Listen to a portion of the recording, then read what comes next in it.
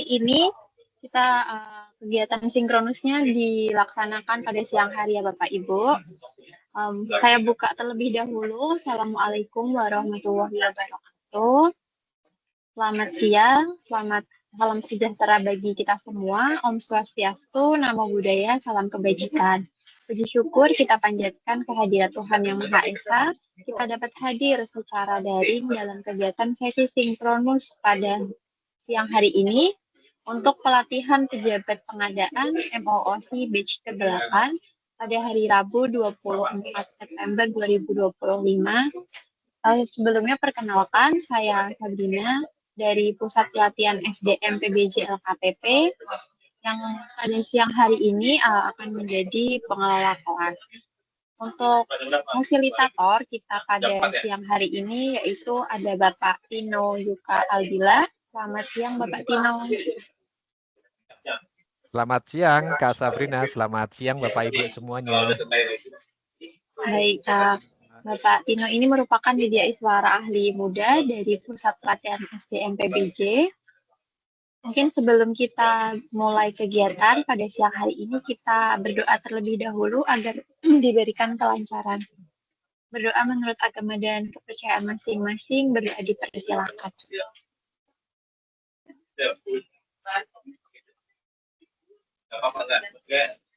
Berdoa dicukupkan. Ini sebelum kita mulai sesi sinkronus, mohon untuk bisa mengaktifkan kameranya Bapak Ibu apabila bisa menyalakan kameranya dan tidak terkendala agar interaksi pada siang hari ini secara aktif berjalan. Baik, mungkin tanpa berlama-lama lagi kita persilahkan waktu dan layar kepada Bapak Tino. Silakan Bapak. Terima kasih Kak Sabrina, suara saya jelas ya di sana ya? Dengar jelas Bapak. Ya, selamat Bismillahirrahmanirrahim. Assalamualaikum warahmatullahi wabarakatuh. Selamat siang, salam sehat sejahtera bagi kita semuanya. Apa kabar Bapak Ibu, dimanapun Bapak Ibu berada? Sehat-sehat semuanya ya? Alhamdulillah Pak. Gimana Bapak Ibu? Gak ada suaranya ini. Sehat-sehat. Sehat ya, Bu Darmayanti, Darmayanti dari Kapuas, dari Ibu ya? Kapuas, Pak. Iya. Oke. Kapuas itu Kalimantan berarti, Bu ya? Kalimantan Tengah. Oke, Kalimantan Tengah. Kemudian tadi ada Ibu Rizka dari Jawa Barat, BPMP ini apa ini, Bu? BPMP, Bu. Saya tahunya BPSDM, BPMP ini apa, Bu Rizka? Halo, Bu Rizka dari Jawa Barat.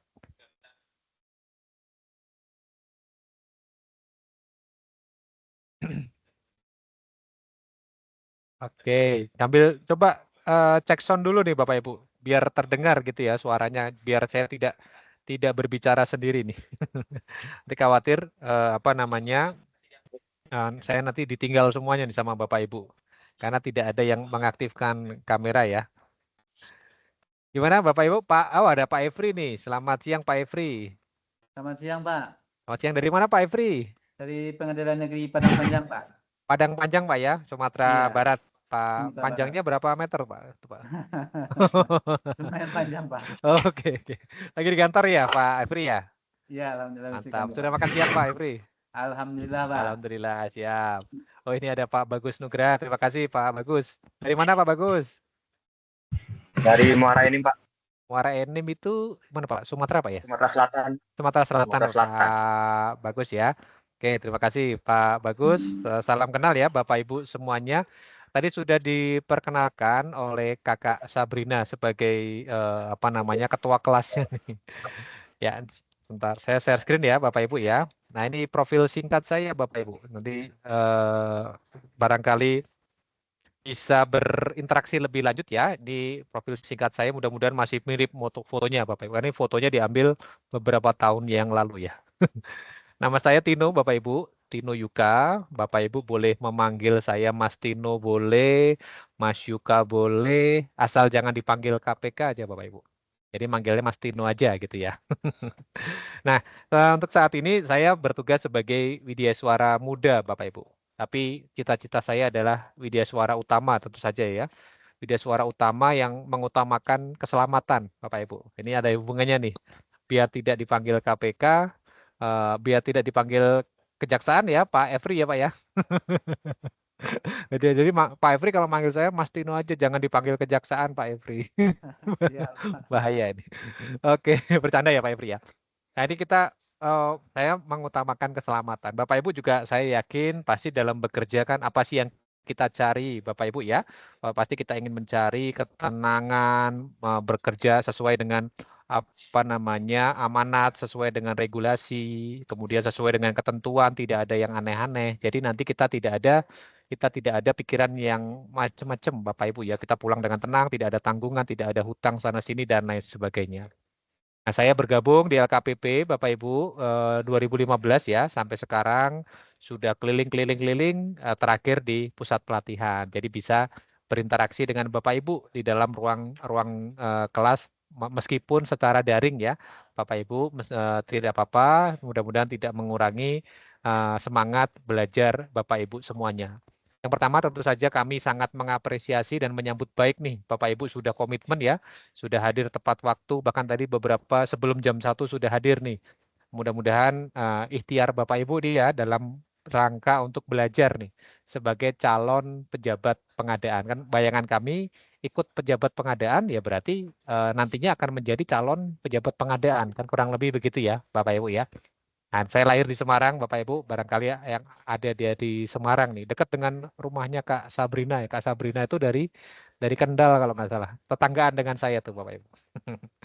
Oke, tadi saya sudah cerita ya, apa namanya, kita mencari atau mengutamakan keselamatan Bapak Ibu. Jangan manggilnya nama saja, dipanggilnya Mas Tino, jangan dipanggil KPK. Saya punya sedikit ilustrasi ya Bapak Ibu ya, saya punya gambar seperti ini nih Bapak Ibu.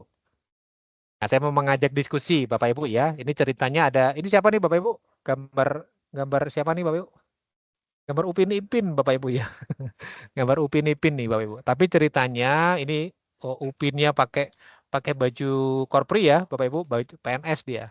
Kemudian ini mungkin dari kepolisian atau mungkin dari tim pemeriksa gitu Bapak Ibu. Jadi ceritanya ini ada apa namanya? Ada satu objek Bapak Ibu. Objeknya sama atau beda nih Bapak Ibu? Sama. Objeknya sama ya Bapak Ibu, tetapi dua pihak ini menilainya berbeda Bapak Ibu. Nah ini kan sering terjadi ya, sering terjadi di dalam pengadaan barang jasa, terutama pada saat pemeriksaan nih, pemeriksaan, audit atau mungkin apa kejadiannya begini nih. Saya mau mengajak diskusi ya, kira-kira Bapak Ibu, penyebabnya kenapa bisa terjadi, ya, kenapa bisa terjadi, penyebabnya apa Bapak Ibu, kemudian solusinya bagaimana kalau misalnya Bapak Ibu berada di dalam posisi seperti ini Bapak Ibu. Gimana? Silakan. Ada yang mau berpendapat?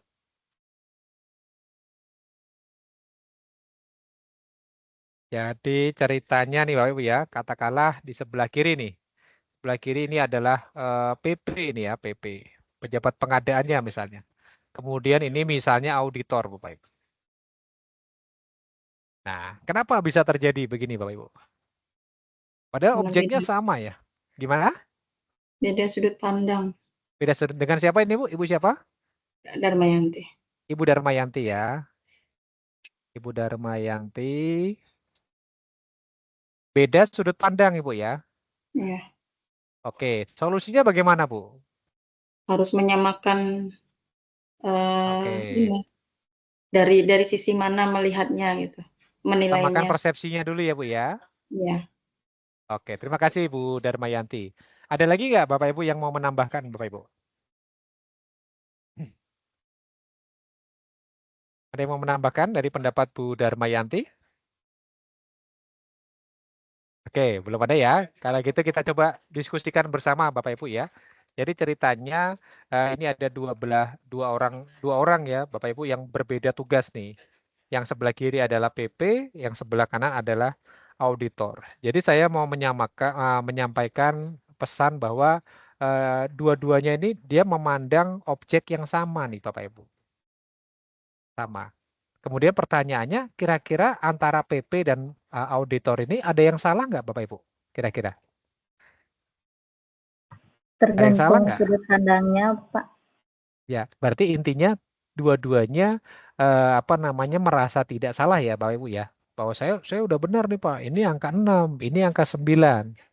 Berarti kan kalau kita bicara PBJ Bapak Ibu ya, PBJ itu tidak ada kebenaran yang mutlak Bapak Ibu. Tidak ada kebenaran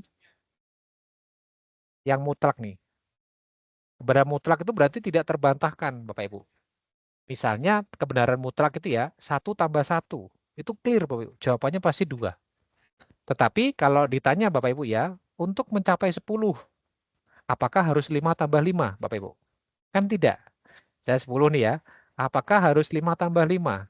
Kan bisa juga 6 tambah 4 misalnya. 7 tambah 3 misalnya. 5 kali 2 misalnya.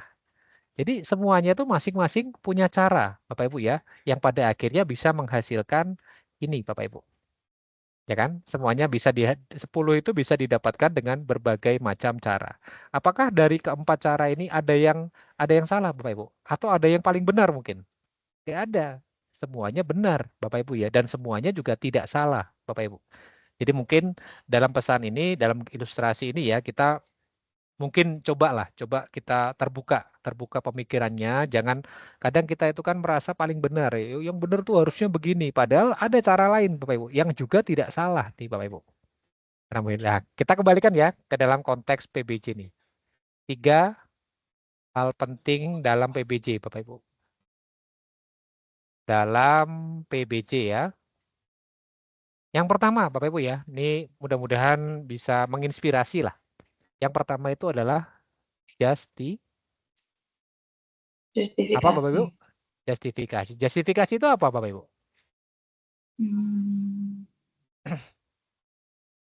Justifikasi itu mungkin bahasa gampangnya latar belakang, alasan kenapa saya begini, latar belakang lah, apa yang menginspirasi. Nah, kalau dalam PBJ biasanya ada yang menyebut justifikasi atau justifikasi teknis biasanya. Justifikasi teknis ini akan ditanya, Bapak Ibu, siapa yang membuat? Siapa yang buat gitu ya. Misalnya nih, Bapak Ibu mau beli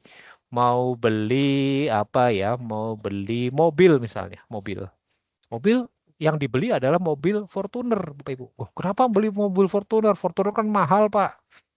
Kenapa nggak beli Avanza misalnya? Oh, nggak bisa, Pak. Ini kan digunakan di di medan pegunungan, Pak. Kawasannya terjal misalnya, butuh CC yang besar. Nah, itu namanya justifikasi, Bapak Ibu ya. Kemudian siapa yang membuat justifikasi teknis? Bapak Ibu mau membangun rumah sakit misalnya. Tapi minta justifikasinya kepada guru misalnya. Kira-kira cocok nggak Bapak Ibu? Mau bikin rumah sakit tapi minta justifikasi kepada guru. Kira-kira cocok nggak Bapak Ibu? Tidak. Nggak cocok. Tapi siapa yang buat, bagaimana dengan keahliannya?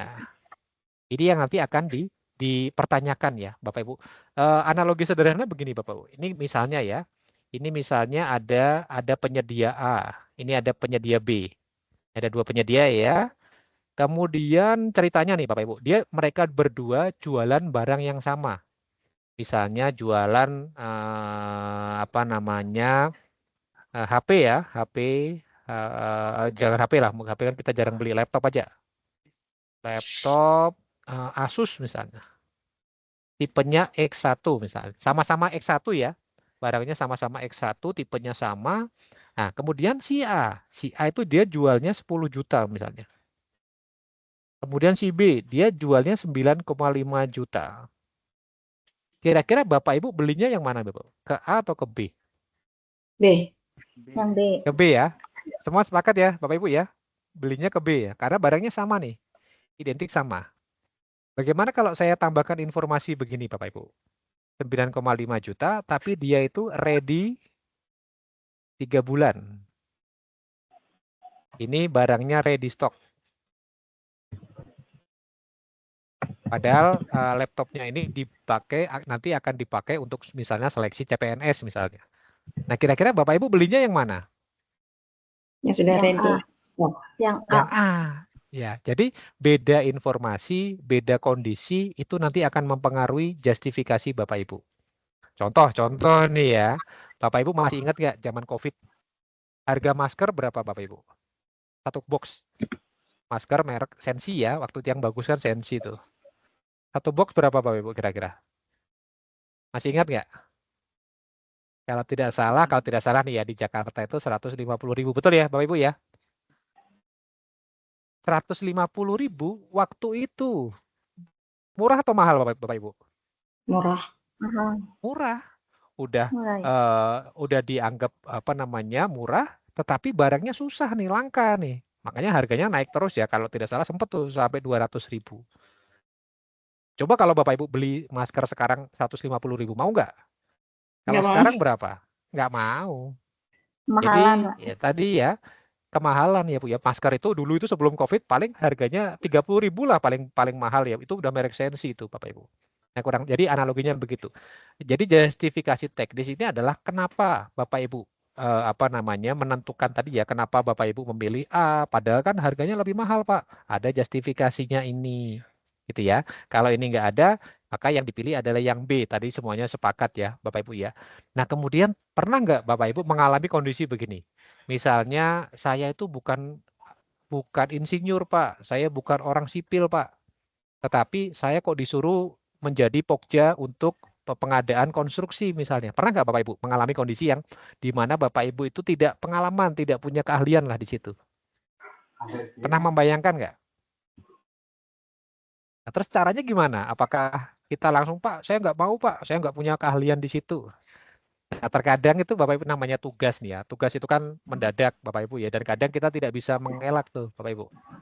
Jadi Bapak Ibu harus sadar diri nih. Yang pertama bahwa Bapak Ibu itu bukan Superman Bapak Ibu ya.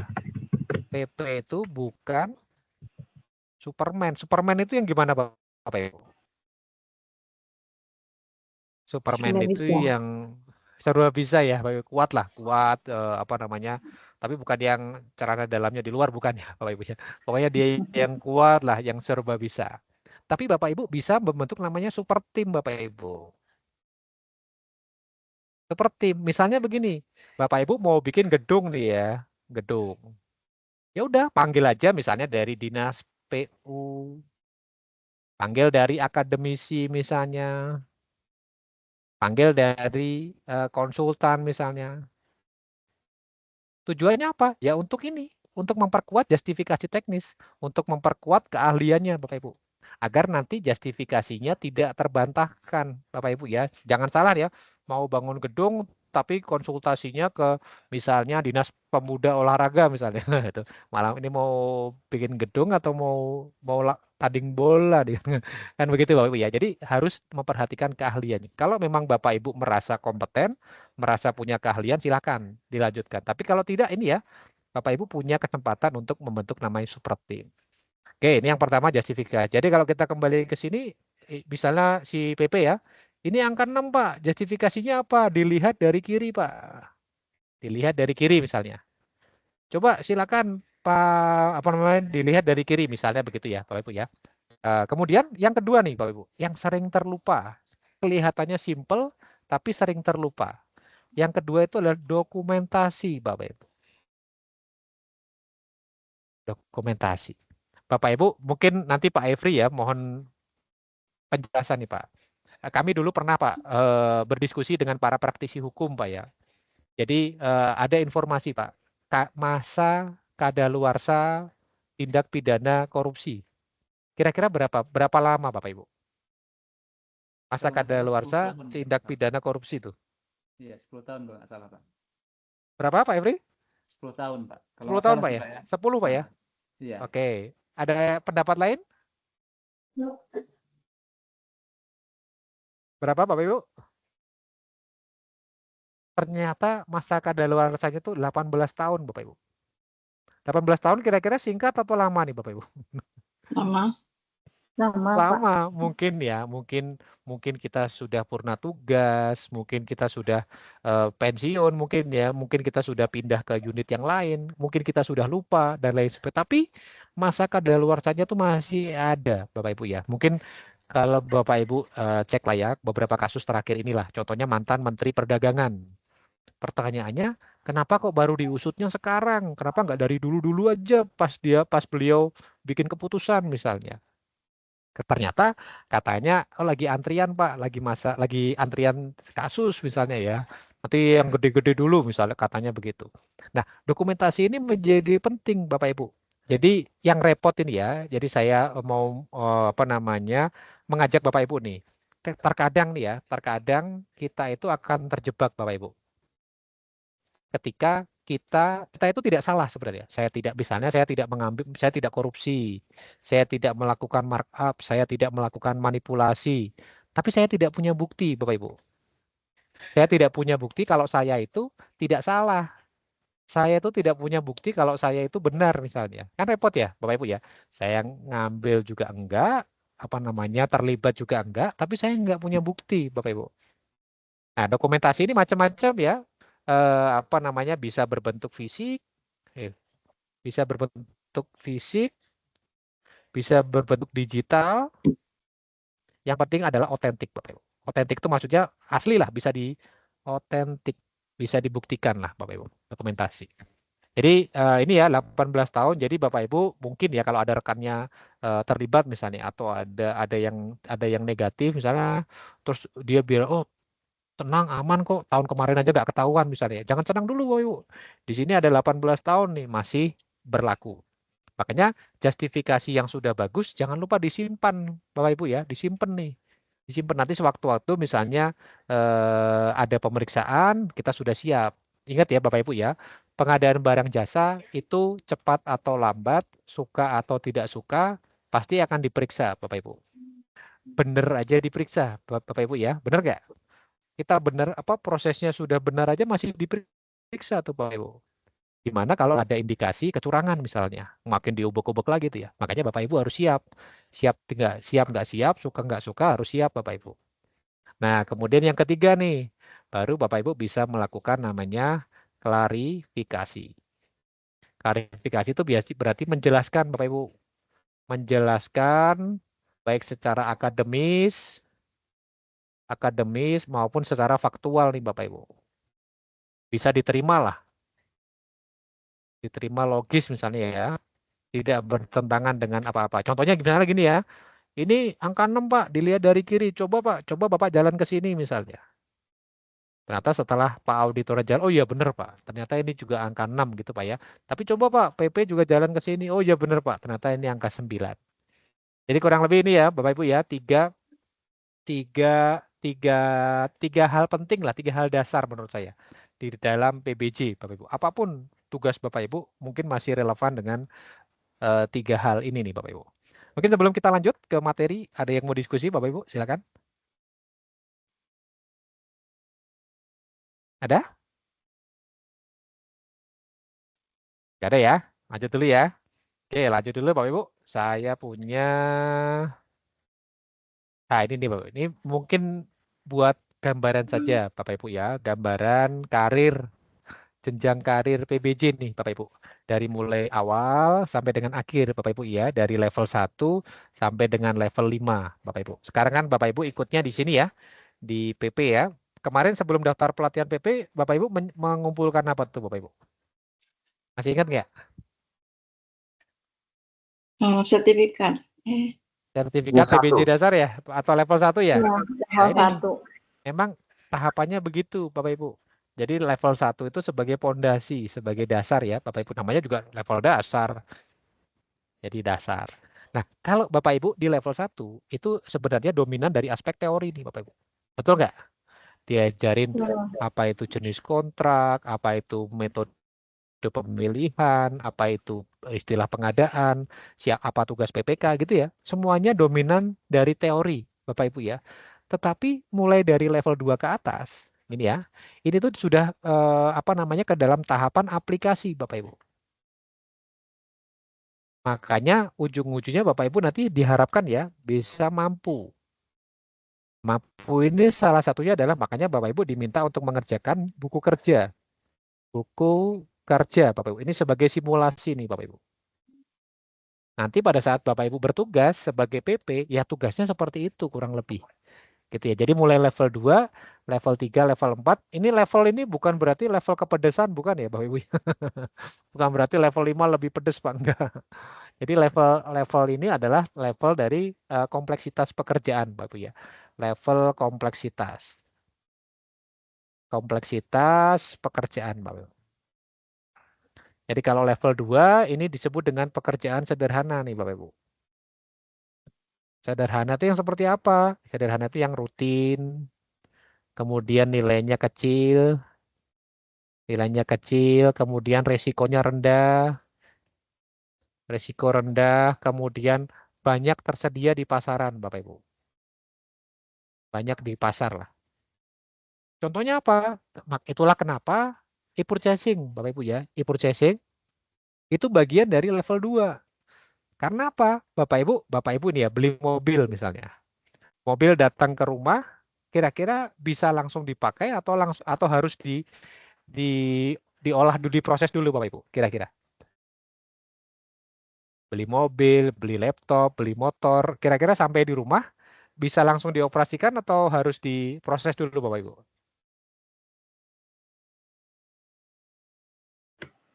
Halo? Harus Proses dulu, Proses. Pak. Gimana Pak? diproses, disiapkan Masih dulu. proses dulu. Prosesnya apa Pak? Diproses itu maksudnya ini Pak, ready to use Pak. Bisa langsung digunakan Bapak Ibu. Tidak bisa Beda dengan ini ya. standar. Oh kalau itu kan administrasi Pak ya. Mhm. Tapi untuk barangnya Pak, untuk barangnya kan kira-kira bisa langsung dipakai atau harus dilatih Simpan. dulu, harus apa gitu nggak Bapak Ibu? Pakai kayaknya, Pak. Tidak siap pakai. Sudah siap pakai ya Bapak Ibu ya. Nah, Jadi pakai. Pak. berbeda dengan misalnya nih Bapak Ibu. Bapak Ibu mau bangun gitu ya. Bangun gedung puskesmas kira-kira.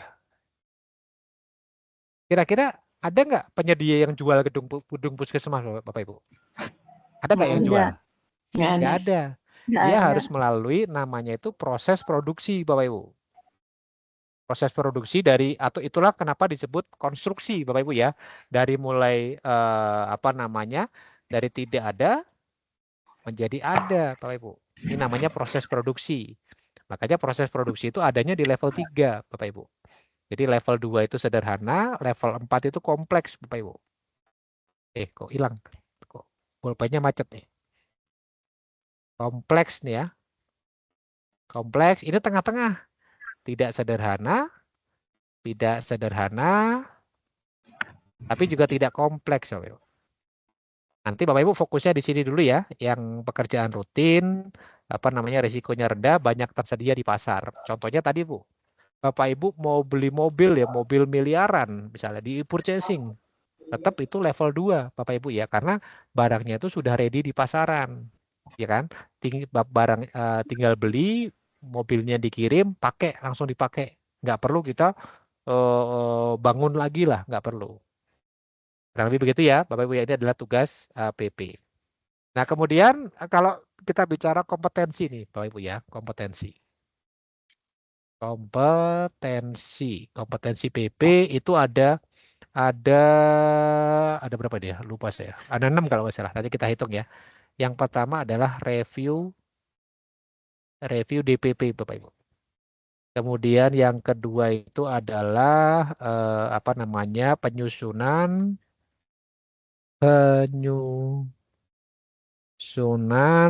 dokpil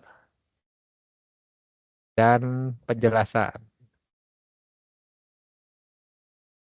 Kemudian yang ketiga, Bapak Ibu ya, ini adalah evaluasi penawaran. Yang keempat itu adalah evaluasi kualifikasi.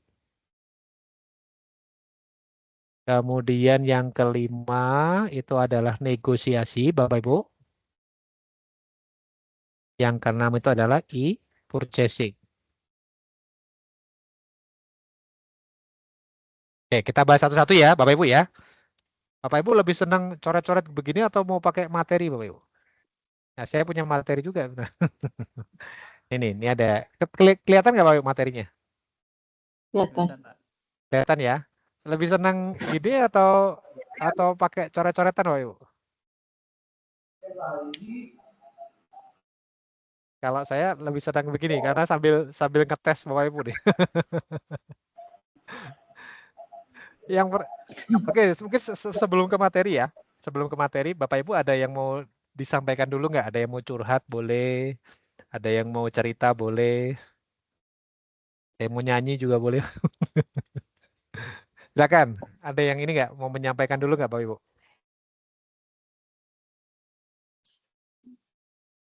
Ada? Nggak ada nih, nggak ada perlawanan nih Bapak Ibu. Oh, ini ada yang angkat tangan nih. Silakan Bu Yona Priyantina. Silakan Bu Yona. Bu Yona? Iya, halo Pak. Selamat siang Pak. Oke, silakan Bu Yona. Dari mana nih Bu Yona? Dari Majalengka Pak, dari Setda. Majalengka, Sumedang, dekat Sumedang tuh Bu ya? Iya betul. Dekat Cirebon ya Bu ya? Oke, silakan Bu Yona. Eh, ini sih maaf Pak terkait kan saya udah beberapa kali ikut yang pelatihan di e-learning, namun sertifikatnya Ya. tidak bisa di-generate tuh Pak. Oke, Iya, Bu ini Yona, sertifikat untuk yang ya, emosi ya Bu ya? iya betul. Sertifikat emosi tidak bisa generate ya? Iya, Oke, itu ada lagi Bu Yona? udah sih Pak itu aja, soalnya perlu buat Oke, latsar Pak. oke. Jadi sebentar saya tutup dulu ya Bu ya. Sebentar, saya coba sepertinya tadi ada jawaban. Bentar, Bapak Ibu. Konsultasi, bentar. Ini kemudian, bentar Bapak Ibu ya. Oke, saya sudah siap share screen lagi nih. Oke, jadi yang pertama Bu Yona, kenapa kok tidak bisa di-download ya? Jadi ini Bapak Ibu. Untuk Bapak Ibu yang mengikuti pelatihan MOOC. MOOC itu kan semuanya serba digital ya. Massive Open Online Course. Jadi sertifikatnya itu seharusnya dia itu otomatis generate by system Bapak Ibu. Jadi selesai pelatihan, selesai mengumpulkan buku kerja, kemudian selesai post test, lulus kan, sertifikatnya harusnya keluar. Tapi ternyata ada kendala nih dari tim IT Bapak Ibu.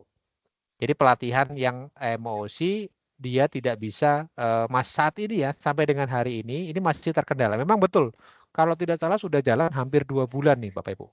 Ada kendala ini belum ketemu solusinya. Nah kemudian lupa ini kan buat kebutuhan misalnya pengembangan kompetensi Pak untuk SKP Pak misalnya begitu ya Bapak Ibu ya. Lalu caranya gimana? Sebenarnya ada 2 cara Bapak Ibu. Yang pertama, Bapak Ibu kan pasti mengikuti pelatihan itu biasanya ada surat tugas ya, Bapak Ibu ya. Surat tugas itu bisa disertakan misalnya. Kemudian ini juga bisa disertakan juga. Jadi sertifikatnya nggak keluar nih. Cara yang kedua gimana? Bapak Ibu kan pasti punya akun PPSDM namanya ya. Ini namanya PPSDM nih, website PPSDM. Bapak Ibu login aja nih, login ya. Kemudian Bapak Ibu silakan masih ingat kan ya akunnya? Akunnya kemudian bentar.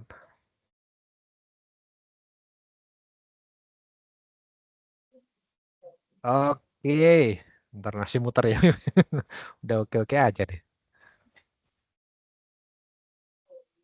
Nah, di sini kan ada namanya ini kalau Bapak Ibu sudah login ya, namanya seperti ini. Di sini ada namanya riwayat pelatihan PBJ nih, Bapak Ibu. Ada riwayat pelatihan PBJ namanya. Riwayat pelatihan PBJ. Nah di sini itu sebenarnya sudah ada jenis-jenis pelatihan apa yang diikuti, Bapak Ibu ya. Yang atas itu yang apa namanya, yang biasa, yang bawah itu nanti kalau ada emosi, Bapak Ibu. Emosi seperti ini. Harusnya ya kalau dia itu emosi, dia bisa di ini, Bapak Ibu. Dia bisa diklik tuh. Harusnya nih ya, harusnya. Tapi karena apa namanya sedang ada kendala tadi mengakibatkan fitur generate sertifikatnya itu tidak bisa ditampilkan lah. Tapi Bapak Ibu ya di sini sebenarnya sudah ada statusnya ya, misalnya disetujui mana sih? Harusnya ada keterangan kadang tuh Bapak Ibu ya, statusnya itu lulus Bapak Ibu ya. Nanti dicek aja apakah dia itu lulus atau tidak. Nanti akan muncul di sini seharusnya Bapak Ibu. Nah, sebenarnya di situ Bapak Ibu bisa menjadikan ini sebagai apa ya? Sebagai bukti lah.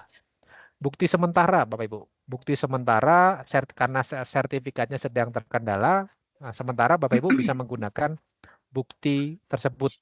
Tapi seharusnya ya tadi ini aja masih muter-muter ya, Bapak Ibu ya. Dari tadi karena tadi tuh Bapak Ibu masih terkendala aplikasi. Tapi kalau yang di sebelah atas ini kan masih begini Bapak Ibu. Jadi memang masih dalam penanganan lah, penanganan tim IT. Jadi mohon maaf sekali. Yang pertama mungkin mohon maaf ya Bapak Ibu ya. Karena mengurangi kenyamanan Bapak Ibu, sertifikatnya tidak langsung keluar. Padahal sudah selesai. Nah, kemudian kalau Bapak Ibu masuk nih ya ke dalam e-learning. Kan e-learning kan begini kan ya. Kurang lebih e-learning begini. Login 1329. Nah, e-learning misalnya nih ya Bapak Ibu ya. Saya kebetulan lagi latihan sih. Misalnya PS. Oh, lagi nggak ada pelatihan. Nah, kalau di dalam e-learning itu kan ada semacam progresnya Bapak Ibu ya. 100%, berapa persen. Nah, itu juga bisa Bapak Ibu gunakan sebagai bukti bahwa saya itu sudah menyelesaikan Pak untuk pelatihan ini. Jadi solusi sementara mungkin seperti itu ya Bu Yona. Tapi kalau untuk sampai dengan keluar sertifikatnya, mohon maaf sekali lagi masih dalam penanganan tim IT kami. Kurang lebih begitu Bu Yona? Apakah bisa konfirmasi mungkin? Ya, terima kasih Pak informasi. Ya, kurang lebih begitu ya Bu Yona ya. Sementara sampai dengan kendala ini teratasi, mungkin Bapak Ibu bisa menggunakan pendekatan yang tadi, Bapak Ibu. Oke, terima kasih Bu Yona. Ada lagi Bapak Ibu yang mau disampaikan atau mau berdiskusi boleh, bertanya boleh, menanggapi boleh? Ada? Belum ada ya? Oke, kalau belum ada, kita kembali ke laptop Bapak Ibu. Yang pertama, DPP itu apa sih Bapak Ibu?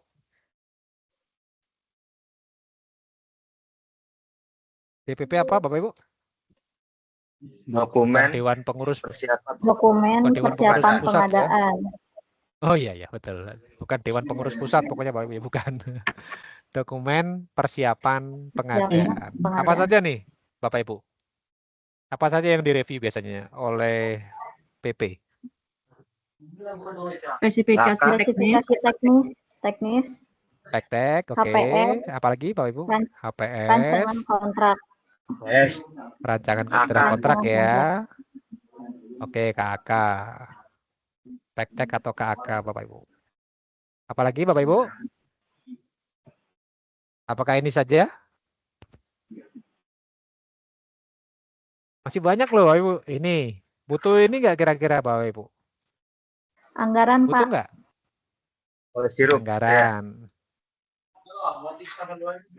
Apalagi Bapak Ibu? Waktu penggunaan. Oke, waktu. Apalagi? Analisa pasar. Analisa pasar sebenarnya nanti Bu ya untuk menguji ini nih Bu. Oke, yang terakhir itu saya tadi mau ngomong apa lupa. Bentar, Berita Ibu. acaranya, Bentar. Pak. Berita acara nanti hasil review DPP. Mungkin yang terakhir nih Pak, terkait dengan kebijakan Pak. Kebijakan itu misalnya ya Pak ya, ini dari TKDN-nya, kemudian dari UMKK-nya misalnya. Itu ya Bapak Ibu ya. Jadi kebijakan yang lain-lain nih Pak. Karena terkadang berubah-berubah Pak ya, atau mungkin sekarang itu kan ada berkelanjutan tuh Pak. Berkelanjutan. Jadi kadang kita perhatikan juga. Yang pertama spek atau KAK Bapak Ibu. Spek KAK itu fungsinya buat apa sih Bapak Ibu? Ada bayangan nggak?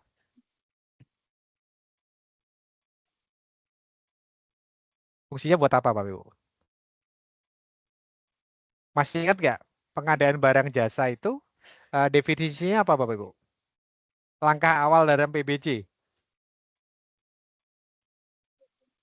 Yang pertama adalah ini ya.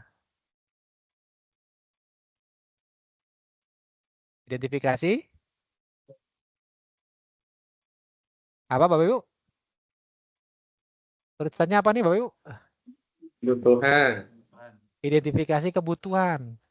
Jadi memastikan Bapak Ibu, benar nggak sih spektek yang dibikin PPK? Misalnya begini Pak, Bapak Ibu mau membeli mobil gitu ya, mau membeli mobil nih. Mobil lokasinya, lokasi Pemdanya misalnya, itu adalah lokasi di mana jalannya itu mungkin masih dominan rusaknya lah, dominan rusaknya. Nah kemudian mobilnya kok mobil kecil, cc-nya cc kecil gitu ya. Pak anggarannya terbatas Pak, udahlah kita beli seadanya saja. Nah mungkin nanti jadi ini Pak, bisa nggak memenuhi kebutuhan? Atau mungkin sebaliknya Bapak Ibu. Saya pernah lihat tuh CPNS gitu ya, CPNS dia kerjanya cuma pakai Word, pakai Excel gitu kan, laptopnya harga 30 juta Bapak Ibu. Kira-kira overspec atau sudah pas tuh Bapak Ibu? Pernah lihat nggak? Ada apa namanya ASN gitu kan, kerjanya cuma loh bikin apa sih? Tapi laptopnya luar biasa mahalnya tuh 30 juta Bapak Ibu. Kira-kira wajar nggak Bapak Ibu? Kira-kira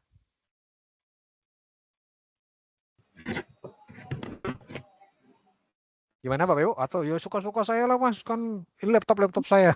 Maksudnya gitu. Nah tadi ya kita karena saya tadi selalu mengawali tadi Bapak Ibu. Selalu sebelum pelatihan itu saya sampaikan dulu justifikasi, kemudian dokumentasi. Sebenarnya arahnya nanti ke sana Bapak Ibu ya. Apa nih justifikasi Bapak Ibu? Pilihannya kan apakah menerima, melanjutkan maksudnya, melanjutkan ke proses pemilihan, atau mungkin kita berikan rekomendasi Bapak Ibu. Kan kurang lebih seperti itu ya. Spektek nanti, ini nanti akan berfungsi untuk menyusun tahapan berikutnya nih Bapak Ibu. Jadi apa-apa saja yang ada di sini, nanti akan dilanjutkan ke dalam tahap nomor 2 nih Bapak Ibu. Untuk membuat persyaratan misalnya, untuk membuat spesifikasi minimum maksudnya. Kan seperti itu. Semuanya kan ngalir ya. HPS juga nanti akan dibawa ke dalam pemilihan. Kan seperti itu. Kita keliru dalam sini, Bapak Ibu ya, misalnya kita tidak cermat misalnya. Nanti dampaknya apa Bapak Ibu kalau kita review DPP-nya asal-asalan? Dampaknya apa Bapak Ibu? Kebayang nggak kalau review DPP-nya asal-asalan nih Bapak Ibu?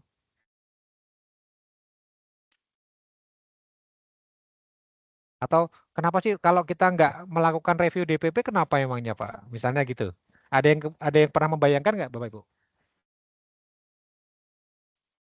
Kalau Misalnya nih datanya ya, nggak sesuai, ya datanya tidak sesuai gimana Bu Dharma? misal nantinya nilai kontrak tidak sesuai dengan anggaran yang tersedia. Oke. Ya, betul Bu. Itu salah satunya. Bu ya, salah satunya adalah nilai kontraknya melebihi pagu anggaran misalnya Bu ya. Jadi tidak bisa berkontrak kita.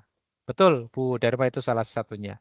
Tapi apa namanya dampak terburuk kalau kita review DPP itu apa? Ya ini Bu, pemilihan gagal. Pemilihan gagal. Misalnya begini, kita mau suruh beli Fortuner Bapak Ibu. Tapi anggarannya cuma HPS-nya itu cuma 400 juta misalnya. Kira-kira bisa nggak kebeli Fortuner Bapak Ibu? Tidak. Nggak bisa. Karena pasarannya Fortuner itu saya nggak tahu ya Pak ya. Belum punya soalnya Pak. Fortuner itu misalnya katakanlah 600 juta lah. 600 juta masih dapat tuh Pak Fortuner Pak. Nah, jadi kita cek ya speknya apa sih? Speknya itu mobil besar kok tapi harganya ratusan 200 jutaan aja nggak bisa Pak. Kalau anggaran segini ya mungkin cocoknya paling tinggi Innova mungkin Pak. Mungkin Pak ya. Mungkin begitu. Nah, kemudian HPS juga begitu. HPS itu sekali lagi tidak ada kata kemahalan, kemurahan enggak ya. Semuanya itu relatif Bapak Ibu. Tetapi HPS itu harus wajar. Wajar itu maksudnya gimana? Wajar itu berarti sudah lengkap nih Bapak Ibu. Jadi sudah menggunakan harga barang plus pajak ya, PPN maksudnya, plus keuntungan Bapak Ibu. Jangan lupa, kira-kira mau nggak penyedia kalau nggak ada keuntungannya Bapak Ibu? Penyedia itu kan pelaku usaha ya Bapak Ibu ya. Yang mereka cari itu apa sih Bapak Ibu? Keuntungan. Keuntungan. Keuntungan. Keuntungan. Profit. Iya kan? Keuntungan. Kan penyedia itu bukan dinas sosial Bapak Ibu ya. Kalau dinas sosial kan beda ya Bapak Ibu ya, bagi-bagi malah. Tapi kalau penyedia ya pasti nyari keuntungan. Nah, kata kunci adalah wajar. Wajar itu berapa sih? Normalnya itu adalah 5 sampai 15% Bapak Ibu. Atau 10 lah, 10 itu masih wajar, 10 sampai 15%. Kami pernah diskusi dengan BPK ya Bapak Ibu, sebenarnya 10 sampai 25% itu masih wajar Bapak Ibu. Ya. Tetapi semakin tinggi harga barang, dia semakin ke kiri Bapak Ibu ya. Jadi kalau misalnya harga barangnya 10.000, jual 12.000 itu nggak apa-apa. Tapi kalau harga barangnya misalnya 200 miliar misalnya, ya untungnya jangan 25% juga Pak. Untungnya ya 10%, 15% seperti itulah. Dan jangan lupa Bapak Ibu, biaya lain-lain nih. Biaya lain-lain contohnya ya. Contohnya apa nih Bapak Ibu? Bapak Ibu kalau beli di Shopee misalnya, ada biaya apa itu Bapak Ibu? Ongkos kirim. Ongkir misalnya. Ya. Kemudian kalau Bapak Ibu misalnya nih ya, beli proyektor tuh. Beli proyektor yang ditempel di tembok misalnya. Atau beli AC misalnya. Beli AC yang di dinding tuh ya. Kira-kira bisa nggak masang sendiri Bapak Ibu? Ya. Ada biaya Bisa nggak? pemasangannya, Pak. Biaya instalasi pemasangan. Bentar, biaya instalasi ya. Nih, instalasi. Ada lagi misalnya Bapak Ibu membeli alat medis baru nih. Kalau dokter gitu kan, mesin USG misalnya. Kira-kira kita bisa langsung pakai nggak? Perlu diajarin dulu nggak Bapak Ibu? Perlu di training dulu nggak kira-kira? Perlu, Pak. Perlu. Berarti ini Bapak Ibu. Nah, untuk ongkir, instalasi, pelatihan, ini kira-kira gratis atau berbayar Bapak Ibu? Berbayar. Berbayar, ada biayanya Pak, enak aja gratis gitu kan. Ya, enggak lah. Kan tadi Bapak Ibu ya, pelaku usaha tuh bukan apa Bapak Ibu? Dinas sosial. Bukan dinas sosial. Mereka pasti ada hitung-hitungannya Bapak Ibu ya. Nah, nanti hubungannya dengan tadi ya, kemampuan berikutnya nih, negosiasi Bapak Ibu. Nih negosiasi. Tapi nanti kita bahas ya. Pertama kita di sini dulu nih. Jadi pastikan ya Bapak Ibu harganya itu pas, sudah mengakomodir ini. Kalau harga HPS-nya mepet banget, nggak ada keuntungannya, ada yang mau nggak kira-kira penyediaannya Bapak Ibu? Tidak. Nggak ada. Kalau nggak ada yang mau ya ini pemilihannya gagal.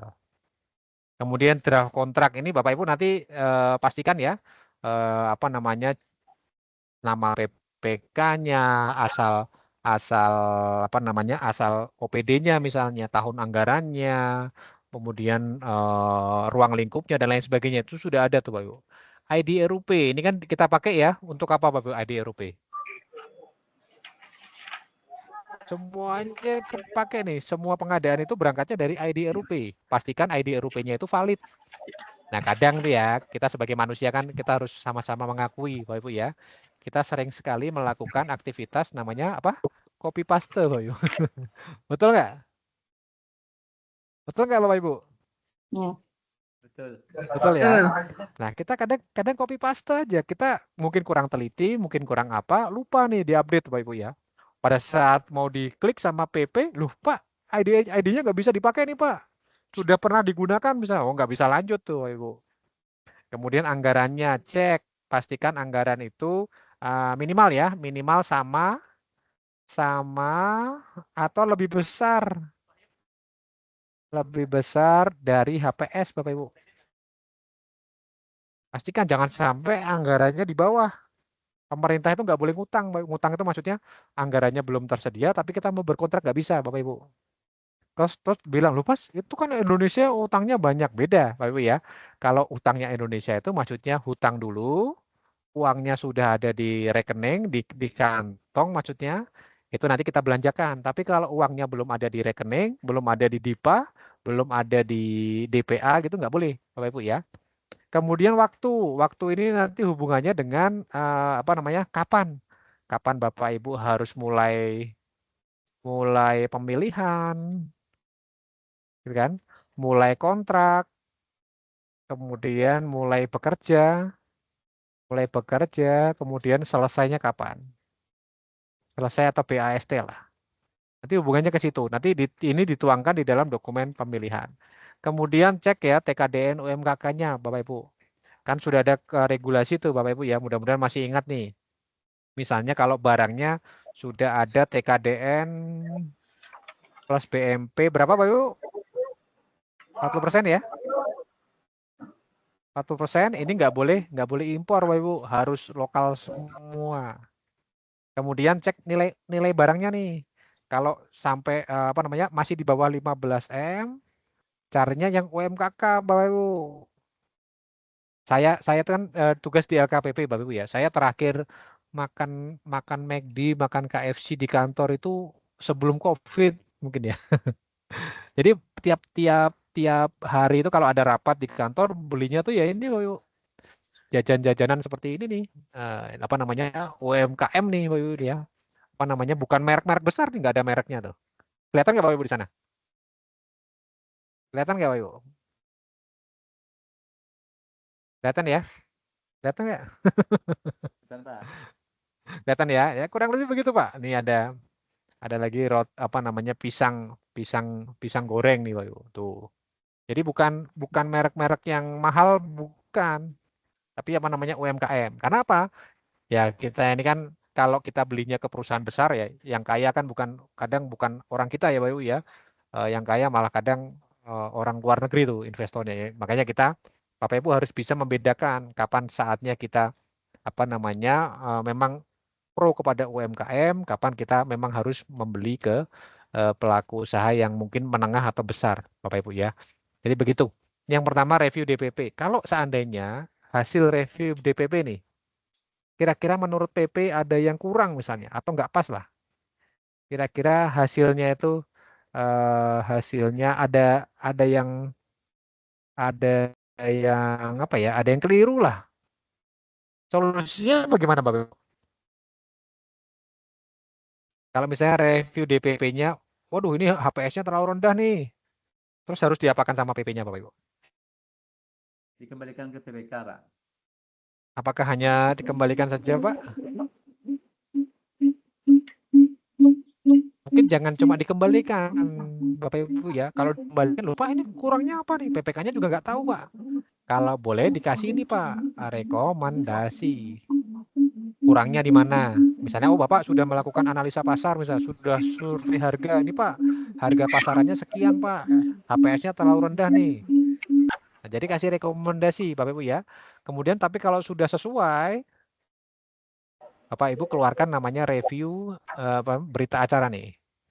Berita acara hasil review DPP. Kalau sudah keluar BA hasil PP berarti sama dengan PP itu sudah setuju. Sudah mengamini maksudnya, sudah mengamini, sudah menerima apapun yang berada di dalam dokumen DPP ini Bapak Ibu. Kurang lebih begitu ya. Caranya gimana review DPP? Banyak Bapak Ibu ya. Tadi ada yang bilang survei misalnya. Survei pasar boleh, kemudian ada lagi analisa pasar tadi. Yang paling gampang Bapak Ibu ya. Sekarang itu kan sudah eranya digital Bapak Ibu ya. Namanya itu desk study nih. Desk study. Desk study itu gimana? Ya Bapak Ibu duduk aja di kantor. Duduk di kantor, browsing aja berapa sih harga laptop, berapa sih harga ini kan bisa Bapak Ibu ya. Itu juga bisa. Yang penting apa? Ketika Bapak Ibu itu mengeluarkan berita acara hasil review DPP yang menyatakan bahwa sudah setuju, pastikan Bapak Ibu itu sudah kuat nih, sudah ngecek benar-benar sudah dicek Bapak Ibu ya, tidak asal udahlah formalitas saja, paling juga sudah oke misalnya gitu. Jangan Bapak Ibu ya, nanti ada risiko tuh. Misalnya begini, HPS-nya terlalu tinggi misalnya.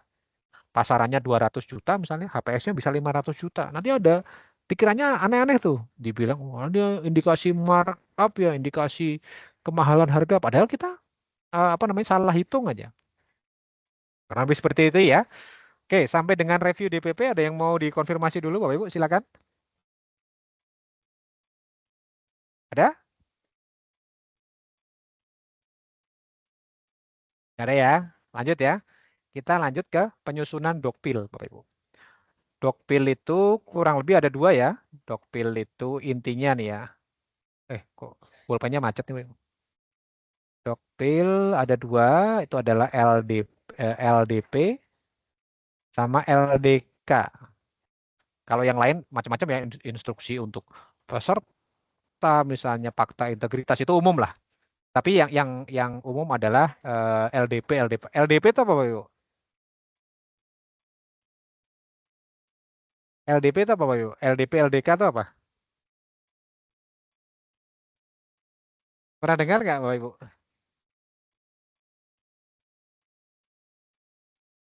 LDP lembar data pemilihan, Pak. Oke, lembar data pemilihan. LDK Kualifikasi, Pak. kualifikasi. Jadi lembar data nih, Pak ya. Lembar data pemilihan. Ini kualifikasi. Intinya ya, Bapak Ibu ya, nanti akan dia di situ membunyikan tuh, Bapak Ibu. Apa namanya, membunyikan LDP itu adalah untuk dokumen pengadaan langsungnya, dokumen kualifikasinya gitu ya. Persyaratannya, Bapak Ibu ya, misalnya di sini syarat-syaratnya apa? Syarat-syaratnya apa? Kemudian nanti misalnya pengalaman, misalnya harus memiliki peralatan apa gitu ya. Kemudian nanti termasuk dengan persyaratan barang jasanya, Bapak Ibu. Misalnya kalau mobil gitu ya, mobil CC-nya minimal berapa misalnya. Kemudian kalau misalnya mau bikin gedung gitu ya, gedung nanti ada spesifikasinya tuh. Misalnya lantainya menggunakan lantai granit ukuran 60 kali 60 misalnya. Gentengnya menggunakan tanah liat misalnya, atau mungkin menggunakan PVC gitu ya. Silakan, nanti Bapak Ibu bisa dituliskan di situ syarat-syarat tuh. Termasuk juga dengan HPS. Kemudian terakhir adalah ini Bapak Ibu, metode pemilihan penyedia. Metode pemilihannya. Mau pakai apa nih? Pengadaan langsung, kemudian tender atau apa, kalau Bapak Ibu kan biasanya pengadaan langsung atau e-purchasing ya. Kemudian metode evaluasinya. Masih ingat Bapak Ibu, ada beberapa jenis ya. Kalau barang itu ada harga terendah sistem gugur, kemudian biaya sistem nilai, biaya selama umur ekonomis, yang mana nih Bapak Ibu? Kemudian kalau ada sistem nilai, pembobotannya berapa nilainya berapa, harganya berapa. Nanti akan mempengaruhi penilaian, Bapak Ibu ya. Kemudian kualifikasi, beda ya. Kalau pemilihan itu dia melihat ke depan, Bapak Ibu. Melihat ke masa depan maksudnya. Masa depan. Kalau kualifikasi itu melihat ke masa lalu. Masa lalu. Contoh nih ya, Bapak Ibu ya. Contoh. Bapak Ibu di dalam dokumen kualifikasi ada persyaratan begini. Memiliki pengalaman 3 tahun di bidang konstruksi. Misalnya ada persyaratan begitu ya. Maka pengalamannya itu pengalaman yang lalu atau pengalaman yang akan datang, Bapak Ibu? Kira-kira. Pengalaman yang lalu, Pak. Pengalaman yang lalu. Kemudian kalau Bapak Ibu misalnya ngelamar kerja nih ya, diminta kualifikasi memiliki IPK 3,5 misalnya. Kira-kira IPK-nya sudah ada atau sedang dibuat, Bapak Ibu? Kalau Bapak Ibu misalnya daftar di kantor, sudah ada. Gitu ya. Sudah ada. Kemudian kalau ada misalnya Bapak Ibu meminta taat membayar pajak misalnya dalam 3 tahun terakhir. Itu kan bisa dibuktikan tuh. Oh ini Pak, ini bukti pembayaran pajak saya, SPT-nya ada Pak, misalnya begitu ya. Tapi kalau pemilihan ini adalah masa depan Bapak Ibu. Misalnya begini, karena kalau pemilihan itu kan nanti ujungnya adalah penawaran ya. Dokumen penawaran. Penawaran itu ada penawaran teknis, ada penawaran harga misalnya. Dia misalnya HPS-nya katakanlah 150 juta misalnya. Kemudian harganya dia nawar, Pak. Saya nawar, Pak, 145 juta. Nah, pada saat dia menawar 145 juta, kira-kira uangnya sudah kita kasih belum, Bapak Ibu? Belum. Belum ya, Belum. Bapak Ibu ya? Belum. Kan ini kan masih proses pemilihan. Nanti kalau dia sudah menang, dia sudah berkontrak, dia sudah bekerja, dia sudah selesai, baru kita bayar 145 juta. Tapi pada saat pemilihan ini belum terjadi transaksional nih Bapak Ibu. Berbeda dengan ini kualifikasi, karena kualifikasi itu sudah berlalu. Misalnya memiliki lokasi usaha misalnya ya di kota domisili misalnya. Ya kan berarti kan lokasinya sudah ada, nggak boleh dibuat-buat tuh Bapak Ibu. Kurang lebih begitu. Kemudian terakhir adalah penjelasan. Jangan lupa Bapak Ibu, penjelasan itu merupakan hal yang tidak bisa dianggap sepele Bapak Ibu ya, pemberian penjelasan nih. Kalau menurut Bapak Ibu nih ya, kalau penyedia Bapak Ibu itu pinter misalnya, atau penyedia Bapak Ibu mengerti apa yang Bapak Ibu inginkan misalnya, kira-kira hasilnya lebih baik atau lebih jelek Bapak Ibu? Lebih baik. Lebih baik. Lebih baik. Misalnya begini, Ah. Bapak Ibu datang nih ya, datang ke rumah makan misalnya. Dia tahu misalnya, oh ibu ini tuh nggak suka manis, maka dia ngasih gulanya dikit aja. Maka Bapak Ibu akan lebih bisa menikmati makanan ya. Tapi kalau dia nggak tahu apa yang kita inginkan gitu kan, dia main tuang gula aja asal-asalan gitu kan. Waktu kita minum, wah ini apa sih manis banget misalnya. Kemudian ada lagi masakan misalnya kan, ada yang orang suka kecap, ada yang nggak suka kecap, ada yang suka sambal, ada yang nggak suka sambal kan gitu ya.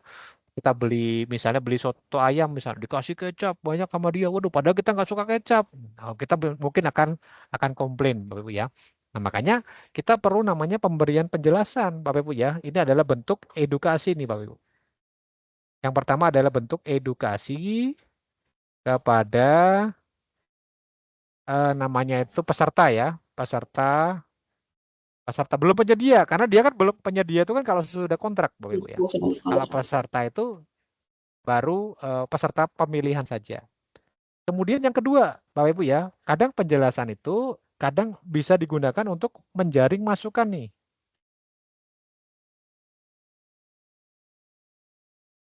Masukan dari peserta. Contohnya gimana? Misalnya nih Bapak Ibu. Bapak Ibu mau bikin gedung 3 lantai misalnya. Tapi waktunya harus selesai dalam 1 bulan misalnya. Kira-kira bisa nggak Bapak Ibu? Bisa nggak kira-kira? Kalau yang cara-cara normal ya, kalau di Cina aja bisa Mas, ya bukan itu kan cara nggak normal loh. Tapi kalau cara normal aja, bikin gedung 3 lantai 1 bulan kira-kira bisa jadi nggak Bapak Ibu? Enggak. Tidak. Nggak bisa. Nah mungkin ya pada saat penjelasan, nanti misalnya begini nih, tolong ya nanti bangunan ini harus selesai dalam 1 bulan misalnya. Oh ternyata penyedianya bilang Pak nggak mungkin Pak bangun 3 lantai dalam waktu 1 bulan, ini minimal itu 3 bulan Pak. Oh gitu ya, misalnya nanti akan direview lagi nih Pak. Mungkin aja PPK atau PP-nya salah dalam setting targetnya nih Pak Ibu. Nggak mungkin bangun gedung lantai 1 bulan misalnya. Nah kurang lebih begitu ya. Jadi penjelasan itu ada 2. Yang pertama biar mereka itu paham apa yang kita inginkan. Yang kedua adalah terkadang ya mereka bisa memberikan masukan atau koreksi ke kita Bapak Ibu. Oke sampai sini dulu. Ada yang mau didiskusikan? Silakan Bapak Ibu. Ada? Izin Pak. Ada Bapak Ibu? Izin Pak Jeno. Ya silakan Pak. Dengan Pak siapa nih Pak? Kalau dalam pemilihan langsung, pengadaan langsung, itu kan tidak Ya. ada jadwalnya unwizing atau pemberian penjelasan. Itu kapan pelaksanaan unwizingnya? Oke. Betul Pak. Memang pemberian penjelasan itu di dalam pengadaan langsung Pak ya. Seolah-olah hilang Pak tahapannya Pak. Betul ya Bapak ya? Seolah-olah nggak ada. Seolah-olah nggak perlu dilakukan. Memang betul Pak, secara regulasi itu adalah hal yang bisa di skip lah, bisa dilalui.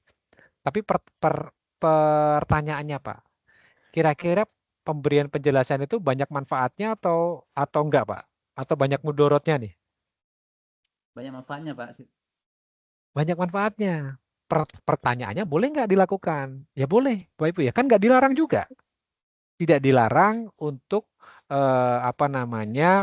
melakukan pemberian penjelasan Bapak Ibu sepanjang memang Bapak Ibu bisa buktikan bahwa pemberian penjelasannya itu positif nih, maksudnya benar-benar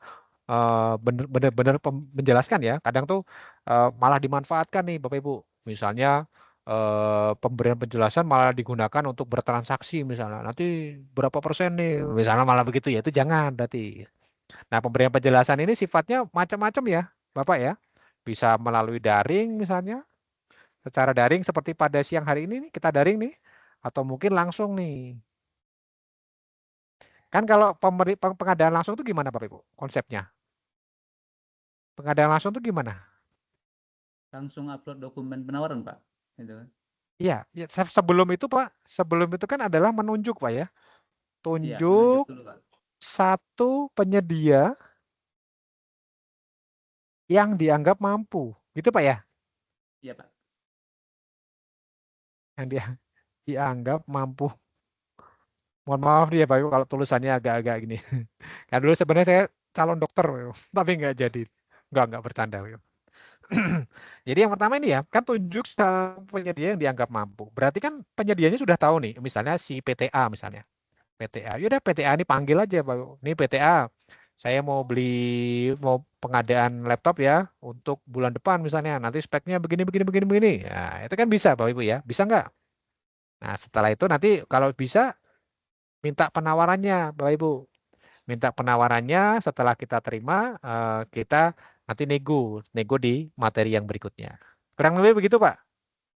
Jadi kalau bicara boleh nggak boleh ya boleh. Unbuzing-nya kapan itu, Pak? Apakah sebelum diumumkan? Setelah ini Pak, setelah dokpilnya jadi. Oh, setelah Setelah jadi. dokpilnya jadi atau rancangan dokpilnya jadi Pak. Karena kalau Bapak nggak ada dokpil, yang mau diterangin apa Pak? Masa kita hanya omon-omon saja kan nggak bisa. Karena biasanya begitu Pak. Dan penjelasan ini boleh lebih dari sekali Pak ya. Misalnya sekali nih, aduh ada masukan misalnya, ada masukan nanti di unvising lagi, di unvising, di adendum dokumen pemilihannya. Nanti dijelaskan lagi boleh Pak. Jadi bisa lebih dari sekali ya. Tapi semakin banyak Bapak Ibu jelaskan ya waktunya semakin mundur. Kurang lebih begitu Bapak. Oke Pak, terima kasih Aman Pak. ya Pak ya? Aman Pak. Oke, sama-sama. Lanjut lagi Bapak Ibu, ada lagi yang mau diskusi boleh?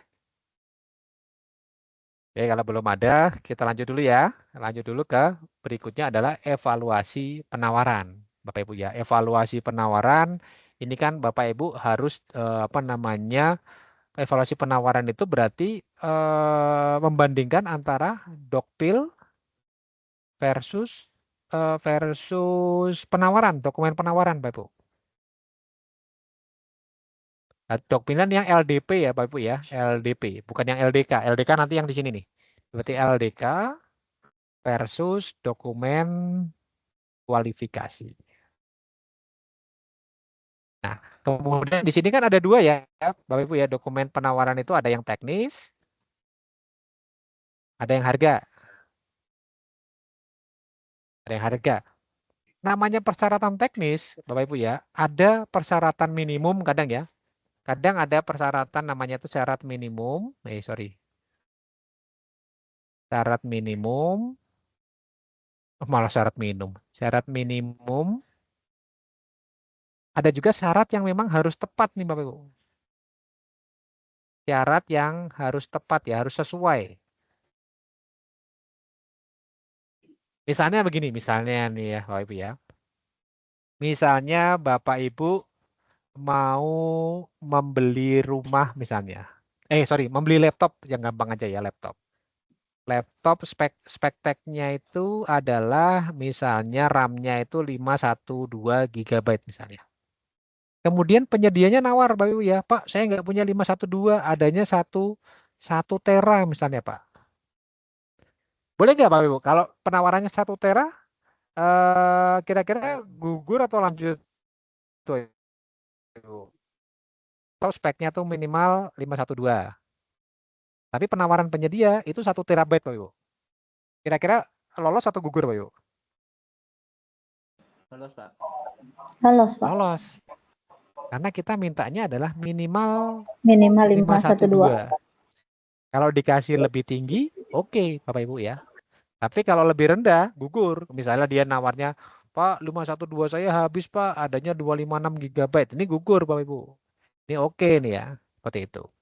Tapi ada lagi Bapak Ibu ya, memang yang spesifikasinya tuh harus pas Bapak Ibu ya. Saya kasih contoh. yang yang konkret aja Pak Ibu ya. Misalnya Bapak Ibu beli baju nih, ibu-ibu kan biasanya sukanya yang apa namanya ngepas gitu ya. Bajunya misalnya ukurannya S misalnya. Baju ukuran S. Ukuran S misalnya ya, ukuran S. Kemudian dikasih ukuran XL misalnya. Bapak Ibu mau nggak dikasih baju begitu? Bapak Ibu harusnya ukurannya S nih, tapi dikasihnya XL. Kira-kira mau nggak Bapak Ibu? Enggak. Nggak mau. Padahal kain ya, kalau kita bicara kebutuhan kain nih.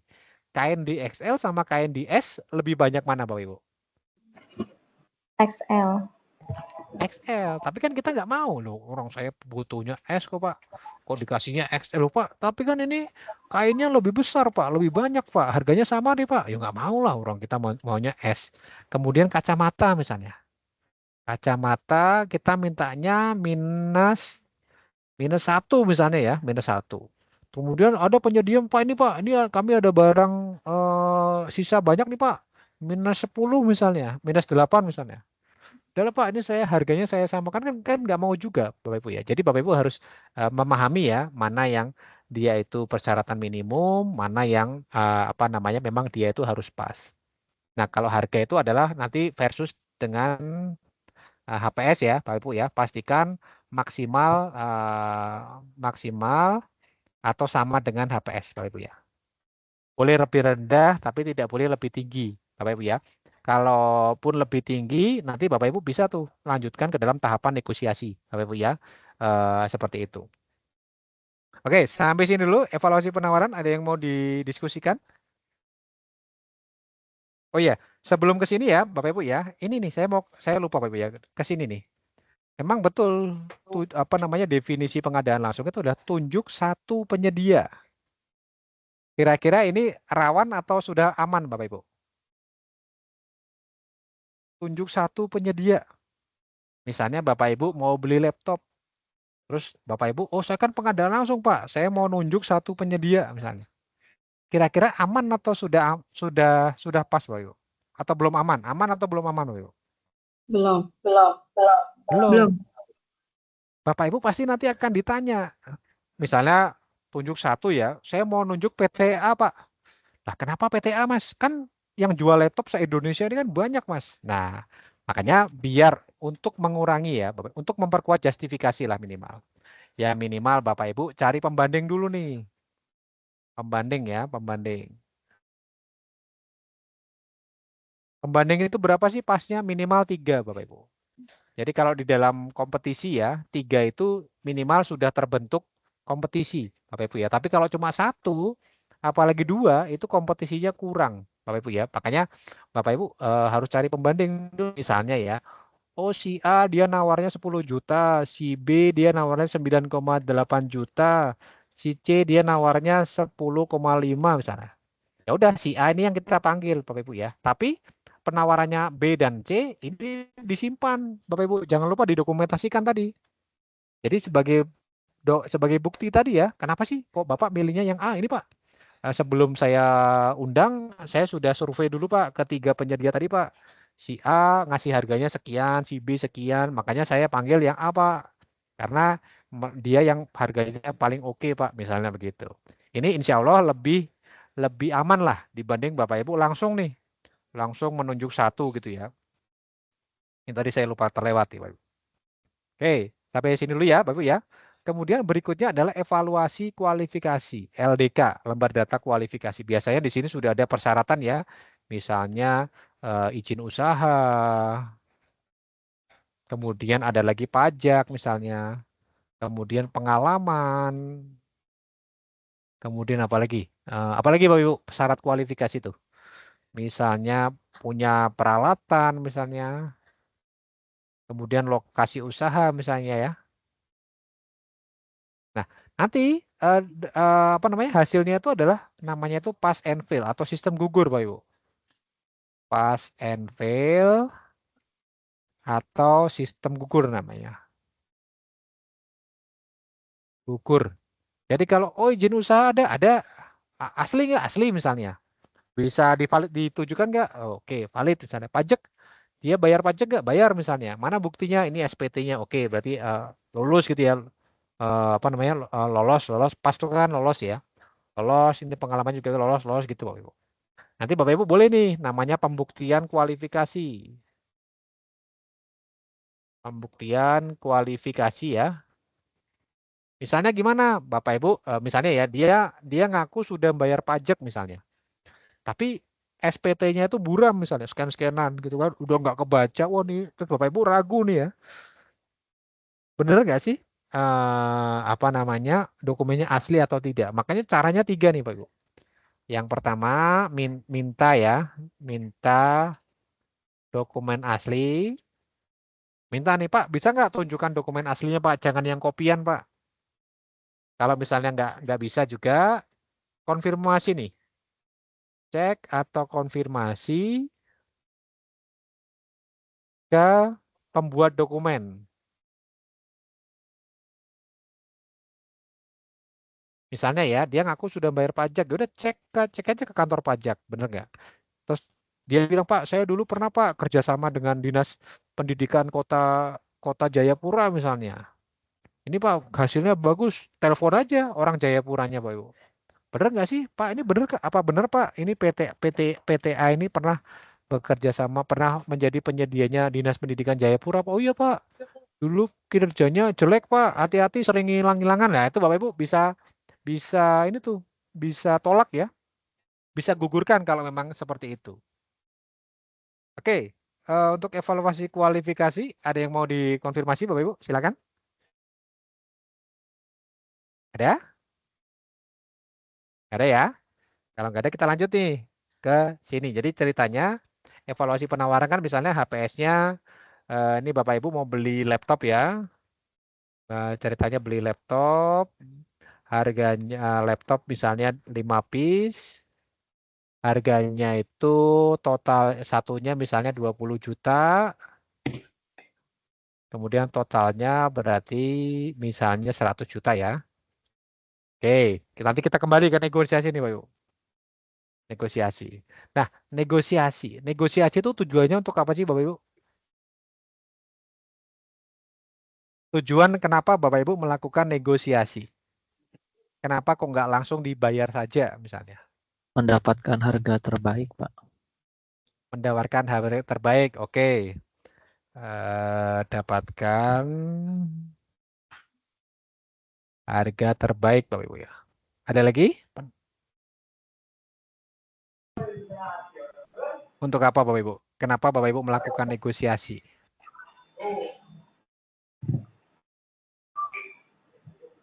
Mengoptimalkan Kenapa anggaran. Bapak Ibu?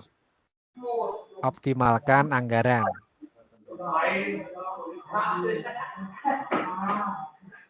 Ada lagi? Satu lagi Bapak Ibu, yang belum nih. Yang itu menurut saya paling penting Bapak Ibu. Kesepakatan, Pak. Kesepakatan itu kan hasilnya ya, Ibu ya. Mungkin sebelum ke situ. Jadi negosiasi itu adalah salah satu ya, Bapak Ibu ya, adalah bentuk akuntabilitas. Kenapa kalau pengadaan langsung harus dinego? Tapi kalau tender nggak usah dinego, Bapak Ibu. Kenapa Bapak Ibu kira-kira? Ada yang kebayang nggak? Kenapa kalau tender nilainya besar, ratusan juta, ratusan miliar misalnya, nggak usah nego. Tapi giliran pengadaan langsung nilainya 15 juta, 20 juta, 200 juta, tapi harus nego. Kira-kira kenapa? Kembali ke sini, Pak Ibu. Ini mana tadi? Ini. Kembali ke sini nih. Namanya tunjuk satu penyedia. Kira-kira ada nggak kompetisinya, Pak Ibu? Kompetisinya kira-kira sempurna nggak, Bapak Ibu? Kalau cuma tunjuk satu penyedia nih. Tidak. Nggak sempurna, Bapak Ibu. Makanya ini adalah bentuk akuntabilitas, Bapak Ibu ya. Akan berbeda nih, misalnya nih ya, Bapak Ibu beli laptop nih ya, tadi kan harga laptopnya 100 juta. Setelah dinego tetap 100 juta. bayarnya. Nih, ini kondisi satu Ibu ya. Kondisi yang kedua, harga laptop 100 juta. Langsung bayar. Bedanya apa Pak Ibu? Beda nggak kira-kira antara 1 dan 2?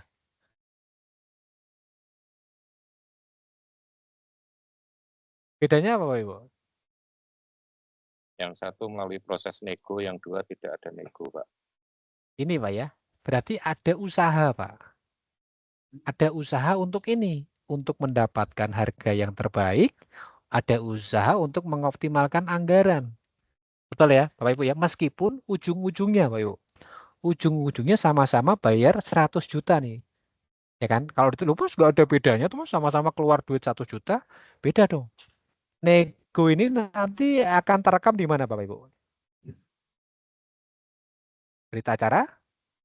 Hasil negosiasi ya? Hasil negosiasi. Gitu kan? Kalau ini nggak ada berita acaranya Bapak Ibu, maka dianggap nih ya, dianggap jangan-jangan Bapak ada main ya dengan penyedia nih Pak. Bapak nanti ada janjian ya dengan penyedia. Nah, seperti itu Bapak Ibu.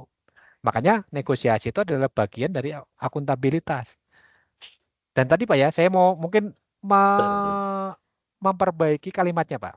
Jadi tujuan negosiasi itu bukan mengoptimalkan anggaran, tetapi adalah mengoptimalkan penawaran awal Bapak Ibu. Kondisi terburuk dari negosiasi apa? Sejelek-jeleknya negosiasi. Apa Bapak Ibu?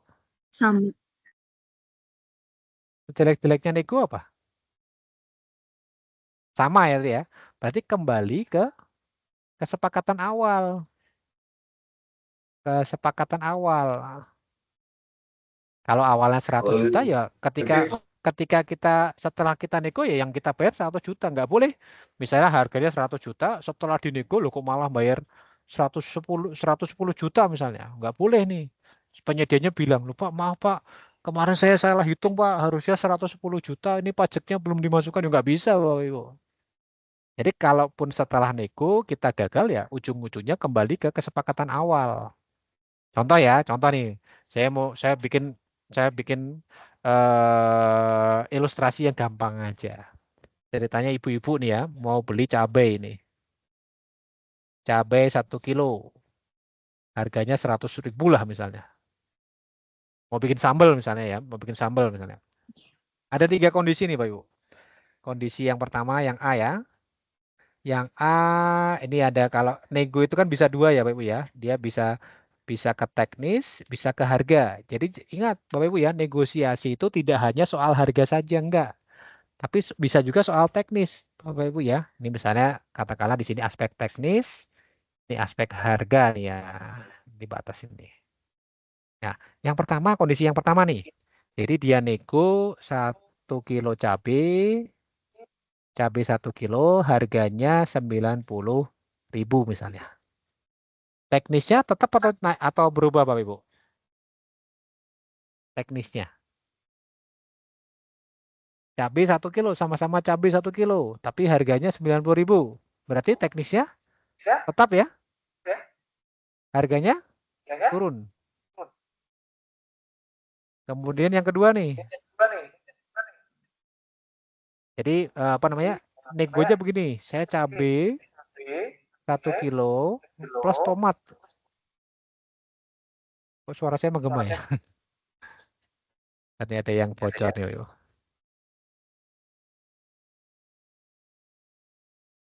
Hari apa biasa cari dulu. Oke, dah. Nah, kembali ke ilustrasi yang kedua ya. Ini cabai 1 kilo plus tomat 1 on misalnya. 1 on. Tadi kan mau bikin sambal gitu ya. Harganya 100.000. Tadinya kan cabai 1 kilo harganya 100.000. Ini dia minta nih cabai 1 kilo ya Bang ya, tambah tomat 1 ons. Maka kalau begini gimana Pak Ibu? Teknisnya naik ya. Harganya tetap. Yang ketiga yang paling jago nego nih. Jadi cabai 1 kilo, tomat 1 on, tapi harganya 95.000 Bapak Ibu. Jadi teknisnya naik, harganya turun. Sekali lagi nih ya Bapak Ibu ya, kembali negosiasi yang benar itu adalah apa namanya, untuk mengoptimalkan penawaran awal. Kalau Bapak Ibu lihat nih ya, A, B, C ini semuanya kira-kira posisinya lebih untung sama saja atau lebih rugi Bapak Ibu? Posisi A, B, C nih. Setelah nego nih Bapak Ibu. Kira-kira Lebih posisinya untung, lebih Pak. untung atau lebih untung ya Bapak Ibu ya? Seperti ini, kalau Bapak Ibu kondisinya A, B, C, ini insya Allah aman Bapak Ibu ya. Tapi ada juga yang mengatakan setelah nego boleh harganya naik Bapak Ibu ya. Jadi setelah nego harganya boleh naik dengan catatan diikuti juga dengan kenaikan teknis. Jadi gini Bapak Ibu, kalau dibicarakan ya, ini boleh Bapak Ibu. Tapi harus dibuktikan, ini butuh pembuktian nih Bapak Ibu. Ini justifikasinya harus kuat nih. Tapi kalau yang 1, 2, 3 ini pasti aman, 100% aman Bapak Ibu. 100% aman. Jadi tadi ya, negosiasi adalah sejelek-jeleknya negosiasi adalah kembali ke kesepakatan awal. Tidak boleh lebih rugi. Tidak boleh lebih rugi. Maksudnya tadi tuh setelah 100 juta kok setelah nego malah ini kan berarti lebih rugi. Bukannya lebih untung malah lebih rugi ya. Padahal tujuan negosiasi kan adalah untuk mengoptimalkan penawaran awal, Bapak Ibu. Kalau kita gagal ya kembali ke penawaran awal. Kurang lebih begitu ya. Kemudian nanti jangan lupa negosiasi itu kan salah satu bentuk akuntabilitas. Setelah negosiasi nanti dibuatkan berita acaranya Bapak Ibu agar terekam proses negosiasinya. Makanya di katalog itu kalau Bapak Ibu e-purchasing ya ada istilah negosiasi. Karena tadi Bapak Ibu e-katalog itu kan tinggal pilih-pilih saja, saya mau yang ini, saya mau yang ini. Nah, kalau nggak dinegosiasi nanti dianggap tidak akuntabel Bapak Ibu ya. Kurang lebih begitu. Oke, negosiasi ada yang mau ditanyakan Bapak Ibu?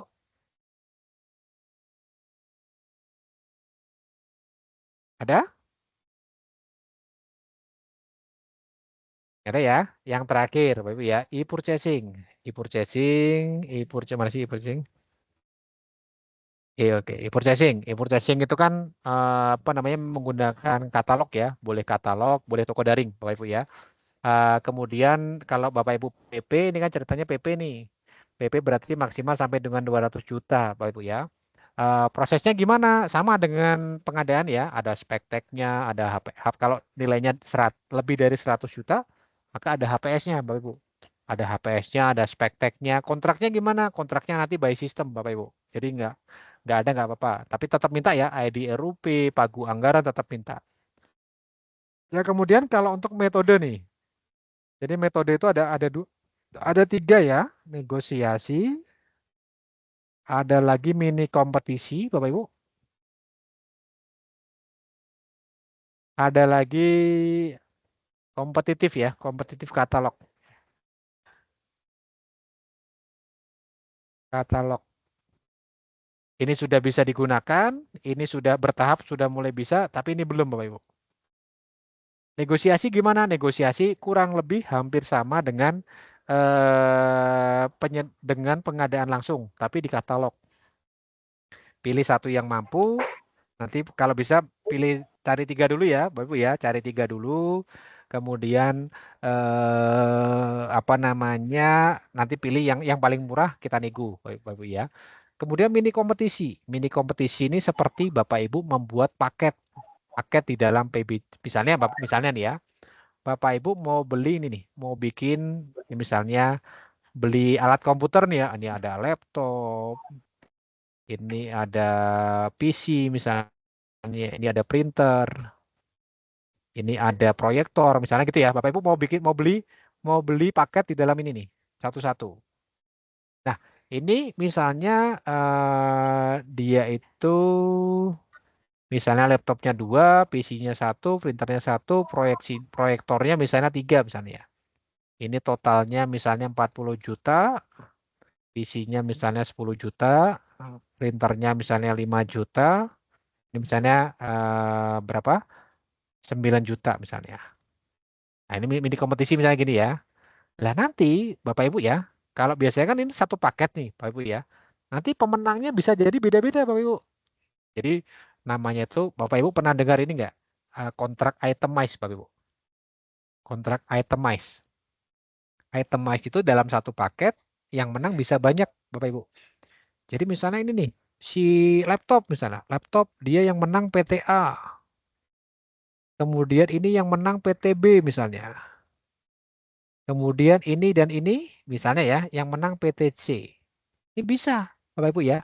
Misalnya begini, si PTC, kenapa PTA murah? Karena dia nawarnya 38 juta misalnya. Sedangkan PTC di dalam laptop misalnya, dia nawarnya 39 juta. Maka yang menang adalah si PTA, Bapak Ibu.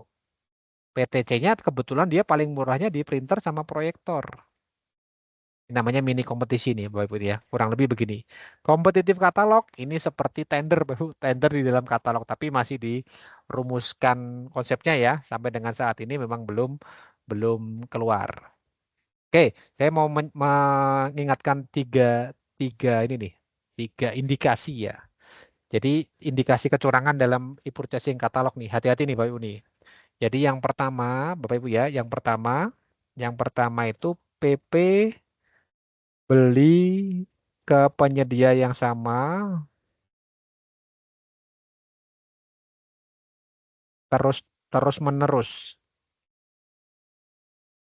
Kira-kira boleh nggak Bapak Ibu nomor 1? Boleh nggak Bapak Ibu? Boleh nggak beli ke penyedia yang sama terus-terusan tuh? Itu terus nggak pernah ganti-ganti. Boleh nggak? Tidak. Boleh. Apa? Boleh atau nggak boleh Bapak Ibu? Boleh. Tidak atau boleh? Repeat order. Ya. Repeat order. Oke, jawabannya boleh Bapak Ibu. Sepanjang Bapak Ibu bisa buktikan kalau penyedia yang sama itu adalah yang terbaik Bapak Ibu. Jangan sampai gini ya, barangnya mahal, kinerjanya jelek, gitu kan. Kemudian kualitasnya buruk lah. Tapi Bapak Ibu beli terus-terusan. Itu tanda tanya Bapak Ibu. Yang pertama ya, itu ya ini mungkin apa namanya? Kalau di sistem itu APH Bapak Ibu ya. Jadi APH, auditor, KPK itu mereka sudah minta namanya early warning system, peringatan dini lah. Sistem peringatan dini. Kalau ada indikasi begitu, nanti ada peringatan tuh di mereka. Ini nih, hati-hati nih si A ini kok terus-terusan beli ke penyedia tadi ya. Yang pertama. Yang kedua, Bapak Ibu ya, yang kedua. Yang kedua, jadi katalog yang sekarang itu berbeda dengan katalog yang dulu, Bapak Ibu. Kalau katalog yang dulu, LKPP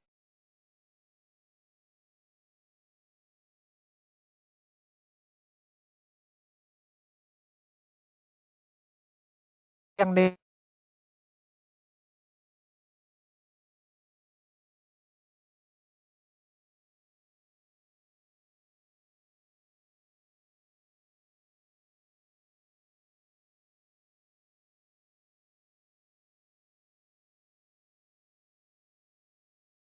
Bapak Ibu.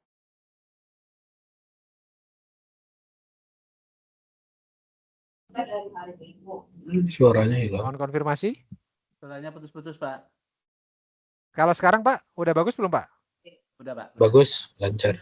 Udah ya? Udah. Oke, mohon maaf tadi agak sedikit gangguan sedikit tadi Pak di sinyal ya. Kita ulang lagi ya ke sini ya. Yang pertama tadi kan PP membeli ke penyedia yang sama terus-menerus. Kemudian yang kedua, Bapak Ibu ya, katalog. Katalog itu berbeda dengan katalog yang dulu. Kalau katalog yang dulu, harganya itu, harga yang tayang di katalog ya, itu sudah dikurasi oleh LKPP. Artinya LKPP yang undang penyedianya, LKPP yang nego, LKPP yang periksa kualitasnya, persyaratannya. Setelah oke, baru dia boleh tayang di katalog, Bapak Ibu. Tapi akibatnya apa? Gara-gara LKPP begitu. Akibatnya barang tayang di katalog itu lama, prosesnya lama, Bapak Ibu. Padahal barang jasa ini kan ini ya cepat banget berubahnya tuh. Misalnya iPhone aja.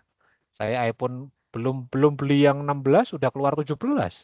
Itu kan nanti belum beli yang 17 udah keluar saking kan capek ya Bapak Ibu ya. Kita dikit-dikit nego, dikit-dikit nego. Makanya kita sekarang kembalikan tuh LKPP ganti strategi Bapak Ibu. Namanya mekanisme pasar. Mekanisme pasar itu gimana? Berarti kita serahkan kepada calon pembeli nih untuk melakukan pemeriksaan mandiri. Jadi dicek tuh harganya udah wajar belum sih, silakan. Calon pembeli yang nanti akan mencari referensi sendiri karena nanti akan beda-beda, Bapak Ibu ya. Akibatnya apa? Oh, barang di katalog itu banyak banget, Bapak Ibu. Kurang lebih begitu ya. Tadi saya mau ngapain? Lupa saya. Oke. Kalau yang dulu, Bapak Ibu ya, karena LKPP yang sudah peras habis, barang jasanya tuh harganya udah mepet tuh. Karena kita ada semacam sanksi, Bapak Ibu.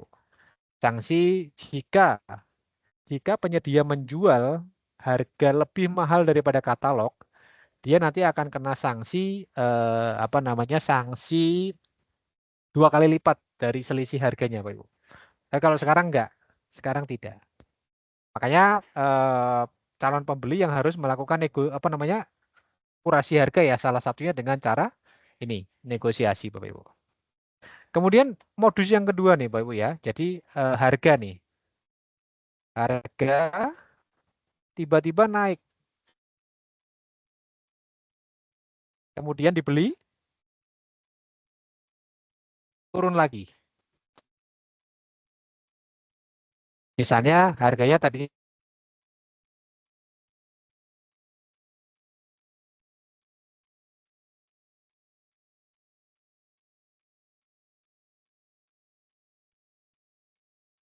halo, halo.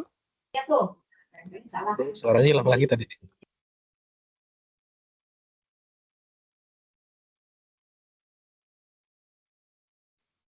Suaranya hilang, Mas. Suaranya hilang ya, Pak ya? Iya, Oke, Mas. saya coba, saya boleh Iya.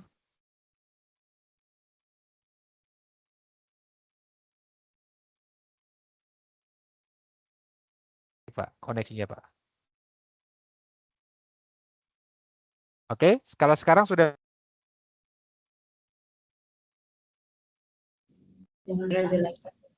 Masih putus? Masih putus, Pak, suaranya.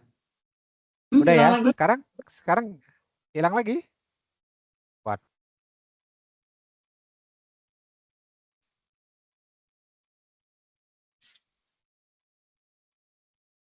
Bapak Ibu.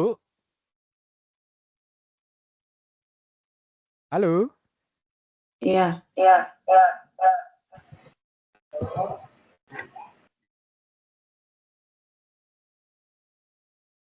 Oke. Kita lanjut ya. Kita lanjut Bapak Ibu. Jadi tadi jam 3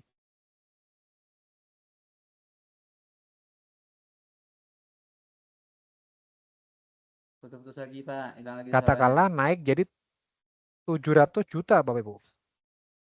Kemudian dibeli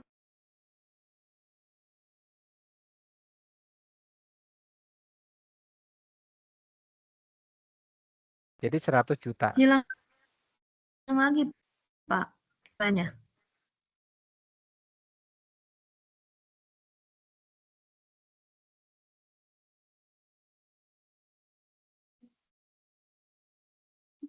Nggak kedengeran. Halo Bapak Ibu. Bisa diulang Kakak, tadi terputus.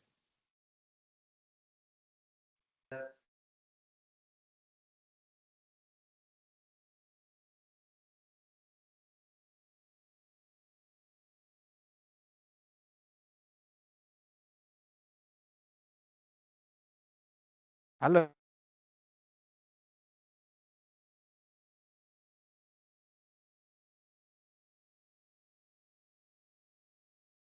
Halo Bapak Ibu. Ya Pak. Tes. Ya. Ya, halo Pak. Terdengar.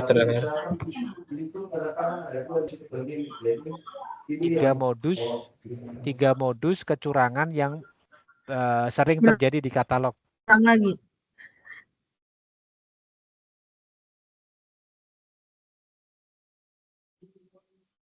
Kalau ditanya boleh nggak boleh, boleh sebenarnya. Asalkan Bapak Ibu bisa membuktikan ya kalau penyedianya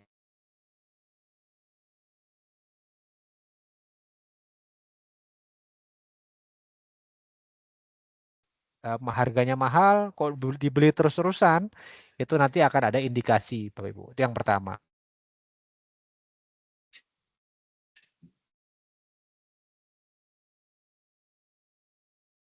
kemudian dibeli sama PP atau sama PPK ya. Kemudian setelah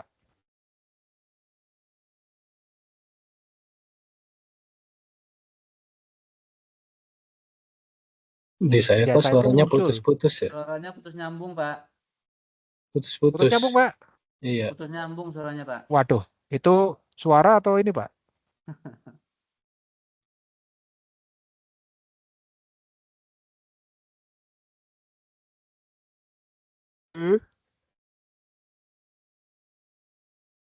Halo Bapak Ibu, terdengar kah? Udah, Pak. Terdengar ya? Oke, Terdengar, saya mau Pak. lanjutkan sedikit ya, kurang sedikit lagi Bapak Ibu. Jadi modus yang ketiga itu barang jasa tiba-tiba muncul Bapak Ibu.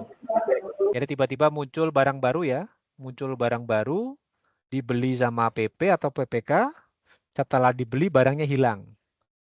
Itu modus yang ketiga tuh. Jadi Bapak Ibu hati-hati mungkin ya kalau ada seperti itu, berarti itu adalah indikasi sekali lagi belum tentu benar juga. Belum tentu benar juga. Itu adalah praktek atau modus yang sering terjadi di dalam penyalahgunaan e-purchasing, Bapak Ibu. Oke, Bapak Ibu, untuk materi sudah selesai semua ya, dari mulai review DPP sampai dengan e-purchasing, Bapak Ibu. Mungkin sebelum kita tutup, ada ya Bapak Ibu yang mau diskusi, boleh silakan. Ada? Pak, izin bertanya, Pak. Ya, silakan Pak Ali. Ya, Pak, perkenalkan saya Ali dari RS Kanker Darmais. Oke. Jadi gini, Pak, misalkan kalau misal memakai metode e-purchasing, tapi sudah tayang. Nah, Ya. ketika sudah tayang itu ternyata ada perusahaan yang memiliki harga lebih murah dibanding apa yang sudah diklik. Boleh nggak itu dibatalin, Pak? Oke, berarti Bapak taunya sudah kontrak belum, Pak? Belum, masih proses nego Belum. Oke. di e-purchasing-nya. Siap. Berarti yang pertama begini, Pak. Bapak tadi transaksi di katalog ceritanya, Pak ya. Kemudian sedang proses nego, Bapak ketemu barang yang lebih murah di luar katalog. Kurang lebih begitu ya, Pak Ali ya? Oke, berarti Bapak kan sudah tahu nih harganya berapa misalnya. Misalnya harga di katalog katakanlah 200 juta. Harga di luar 180 juta misalnya, Pak. Ya. Oke, berarti Bapak kan tahu kan ya targetnya 180 juta. Bapak coba nego dulu, Pak, yang di katalog. Boleh nggak, Pak? 180 juta atau mungkin lebih rendah dari 180 juta. Oh, boleh, Bu, boleh. 179 saya kasih ya. Nah, kalau udah keluar begitu Pak Ali, maka keputusannya adalah tetap beli di katalog Pak. Karena sekarang amanat di Perpresnya itu beli di katalog itu wajib Pak, kalau barang jasanya ada. Bapak Ibu boleh beli barang di luar katalog selama memang ada pertimbangan dari PPK. Iya, maksudnya ini dia nggak mau nih misalkan yang tadi 180. Dia nggak bisa 180, tetap 205 Nggak mau turun juta. nih. Oh, Nggak mau silakan turun. Pak. Tetapi ada perusahaan lain yang punya e-katalog juga. Nah, dia harganya ya mungkin 160. Nah, gitu. Oke. Boleh nggak? Yang pertama tadi Pak, boleh dong Pak. Boleh dong. Kita ganti ke cowok lain kan boleh Pak ya. Jadi setelah sepakat kita ganti Pak. Tapi tadi Pak ya, kan berarti kan kesimpulannya adalah negosiasi tidak mencapai kesepakatan Pak. Kan gitu Pak ya. Bapak sudah coba nego, nggak mau turun, ya sudah. Dianggap negonya tidak sepakat. Kita bisa cari penyedia yang lain Pak. Itu yang mungkin Bapak anggap lebih kompetitif lah ya, bahasanya lebih kompetitif Pak. Tapi ingat Pak, harga itu jangan harus apple to apple. Harga lebih murah, kalau kualitasnya lebih jelek ya sama aja Pak. Yang gitu Pak ya. Pastikan kualitasnya itu apple to apple dulu. Misalnya kalau Bapak mau beli mobil misalnya Avanza, sama-sama Avanza tipe G Pak. Avanza tipe G sama Veloz ya pasti beda Pak harganya. Kan speknya beda, kualitasnya beda. Jadi harus memastikan dulu kualitasnya itu sudah apple to apple ya Pak Ali ya. Kalau sudah itu ada perlindungan hukumnya nggak ya Pak? Aman nggak sih kalau kayak gitu kan? Nggak ada Pak. Kan kita belum berkontrak. Apa namanya Bapak Ibu itu sudah terikatnya nanti ketika sudah berkontrak Pak. Berarti nggak bisa dituntut ibaratnya ya? Kalau sudah kontrak Pak? Belum, sebelum. Pas lagi nego Kalau sebelum itu. kontrak boleh. Bapak Ibu mau ibaratnya Pak Ali pernah nggak Pak datang ke toko Pak, tapi cuma tanya-tanya gitu Pak. Mbak harga Iya, jamnya berapa ya Pak ya? Oh, iya 2 sih juta Mas. Pak. Oh ya, makasih nggak jadi ya Bu ya. Boleh nggak Pak gitu Pak? Boleh aja Apakah sih. kalau kita tanya harus beli Pak? Ya, jadi Maksudnya tadi dari Pak ya, sisi kita makanya nggak bakal bisa nggak gugat. bisa apa namanya digugat sama penyedia kan ya? Oh dong Pak, kan nggak ada ikatan. Jadi Ah, ikatan Bapak Ibu itu setelah berkontrak. kontrak ya. Bahkan kontrak sudah keluar, tapi belum ditandatangan Pak. Itu belum berlaku Pak Ali. Misalnya nih Bapak sudah Tantangan kedua belah pihak ya. ya belum, itu belum berlaku Pak. Kan belum Kalau tanda per satu tangan pihak saya. belum berlaku juga. Belum berlaku Pak. Oh, Kontrak satu itu harus emang bisa Pak kontrak satu pihak doang Pak. iya sih. Iya, Bapak pernah dengar ini nggak Pak? Kontrak pranikah Pak. Itu kan antara calon istri sama calon suami Pak. Kalau kontraknya cuma calon istri aja kan nggak bisa. Gitu ya Pak Ali ya. Jadi aman Pak. Boleh kita berpaling ke cowok lain Pak selama kita belum Oke. berkontrak dengan penyedia Pak. Satu lagi Pak sama yang Siap. dokumen pemilihan nih. Yang model dokumen pemilihan kan ada tuh ya Pak MDP. Ada nggak sih Pak yang terbaru Pak? Dari mana ya downloadnya? Sepertinya Saya oke, nyari belum saya ketemu soalnya. ya Pak, sepertinya masih di dalam versi 2021 Pak. Ya 2021 ya. 2021. Sudah tahu belum Pak caranya Pak? Coba Kalau Pak belum kita kasih demo tahu nih. Pak. Kita demo Boleh, Pak ya. boleh. Kita demo Pak ya, Pak Ali ya. Tapi ngomong-ngomong, Darmais lagi rame atau Rame gimana nih Pak?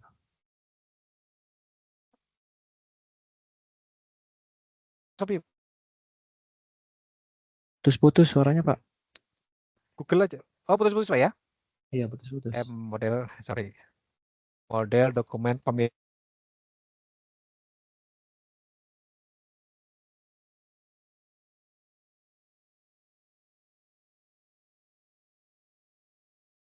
Di sini nanti Pak ya. Sudah ketemu nih Pak. Iya.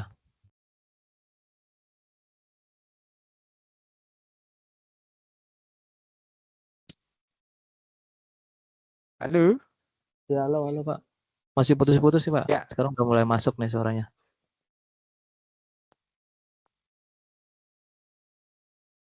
Ya putus lagi Pak.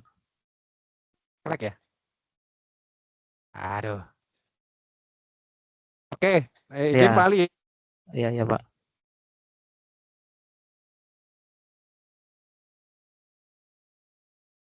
Ya.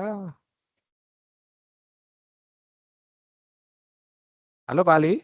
Ya halo.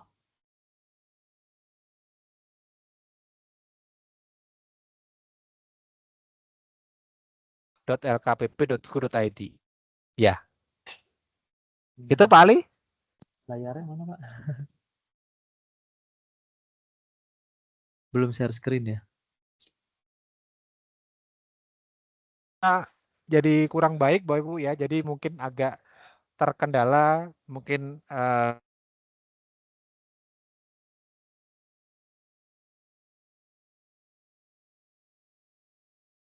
hari ini bisa bermanfaat ya Bapak Ibu ya dan menginspirasi. Ya. Jangan lupa Bapak Ibu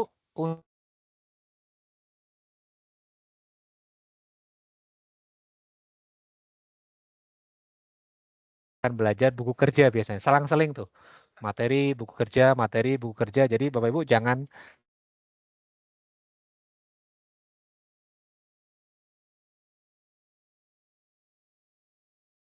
itu Bapak Ibu ikut. Jangan lompat-lompat. Misalnya minggu ini ikut, nanti 2 minggu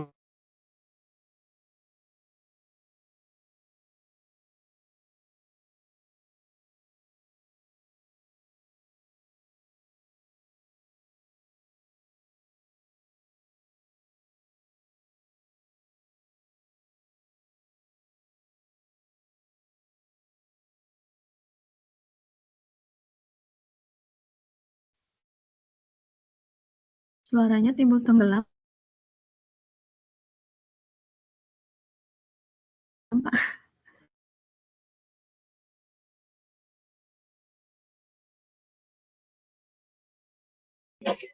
Waalaikumsalam warahmatullahi wabarakatuh.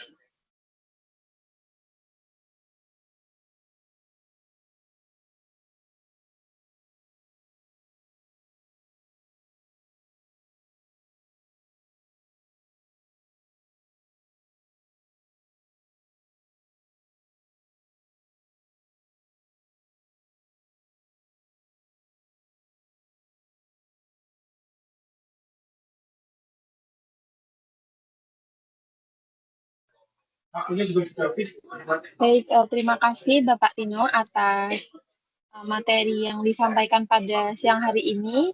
Nah, sepertinya banyak pertanyaan dari Bapak dan Ibu yang sudah terjawab oleh Bapak Tino. Baik, mungkin kami akhiri untuk sesi sinkronus pada siang hari ini. Mohon Bapak dan Ibu bisa mengisikan link presensi kehadiran yang akan saya share pada sore hari ini. Mungkin terima kasih untuk Bapak Tino, bisa dipersilahkan untuk meninggalkan ruangan meeting apabila ada kegiatan berikutnya. Terima kasih. Mohon izin Bapak Ibu untuk share link presensi. Apakah sudah terlihat Bapak Ibu untuk link presensinya?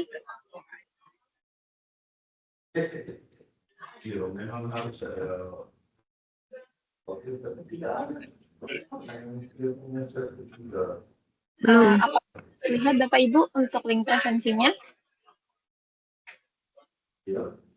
Terlihat Bu. Baik, mohon untuk diisikan ya Bapak Ibu untuk presensinya. Akan saya tutup pukul 17.00 waktu Indonesia Barat. Mungkin dari saya sekian. Mohon maaf apabila ada kekurangan, dan untuk selanjutnya bisa dilanjutkan mengisi presensi.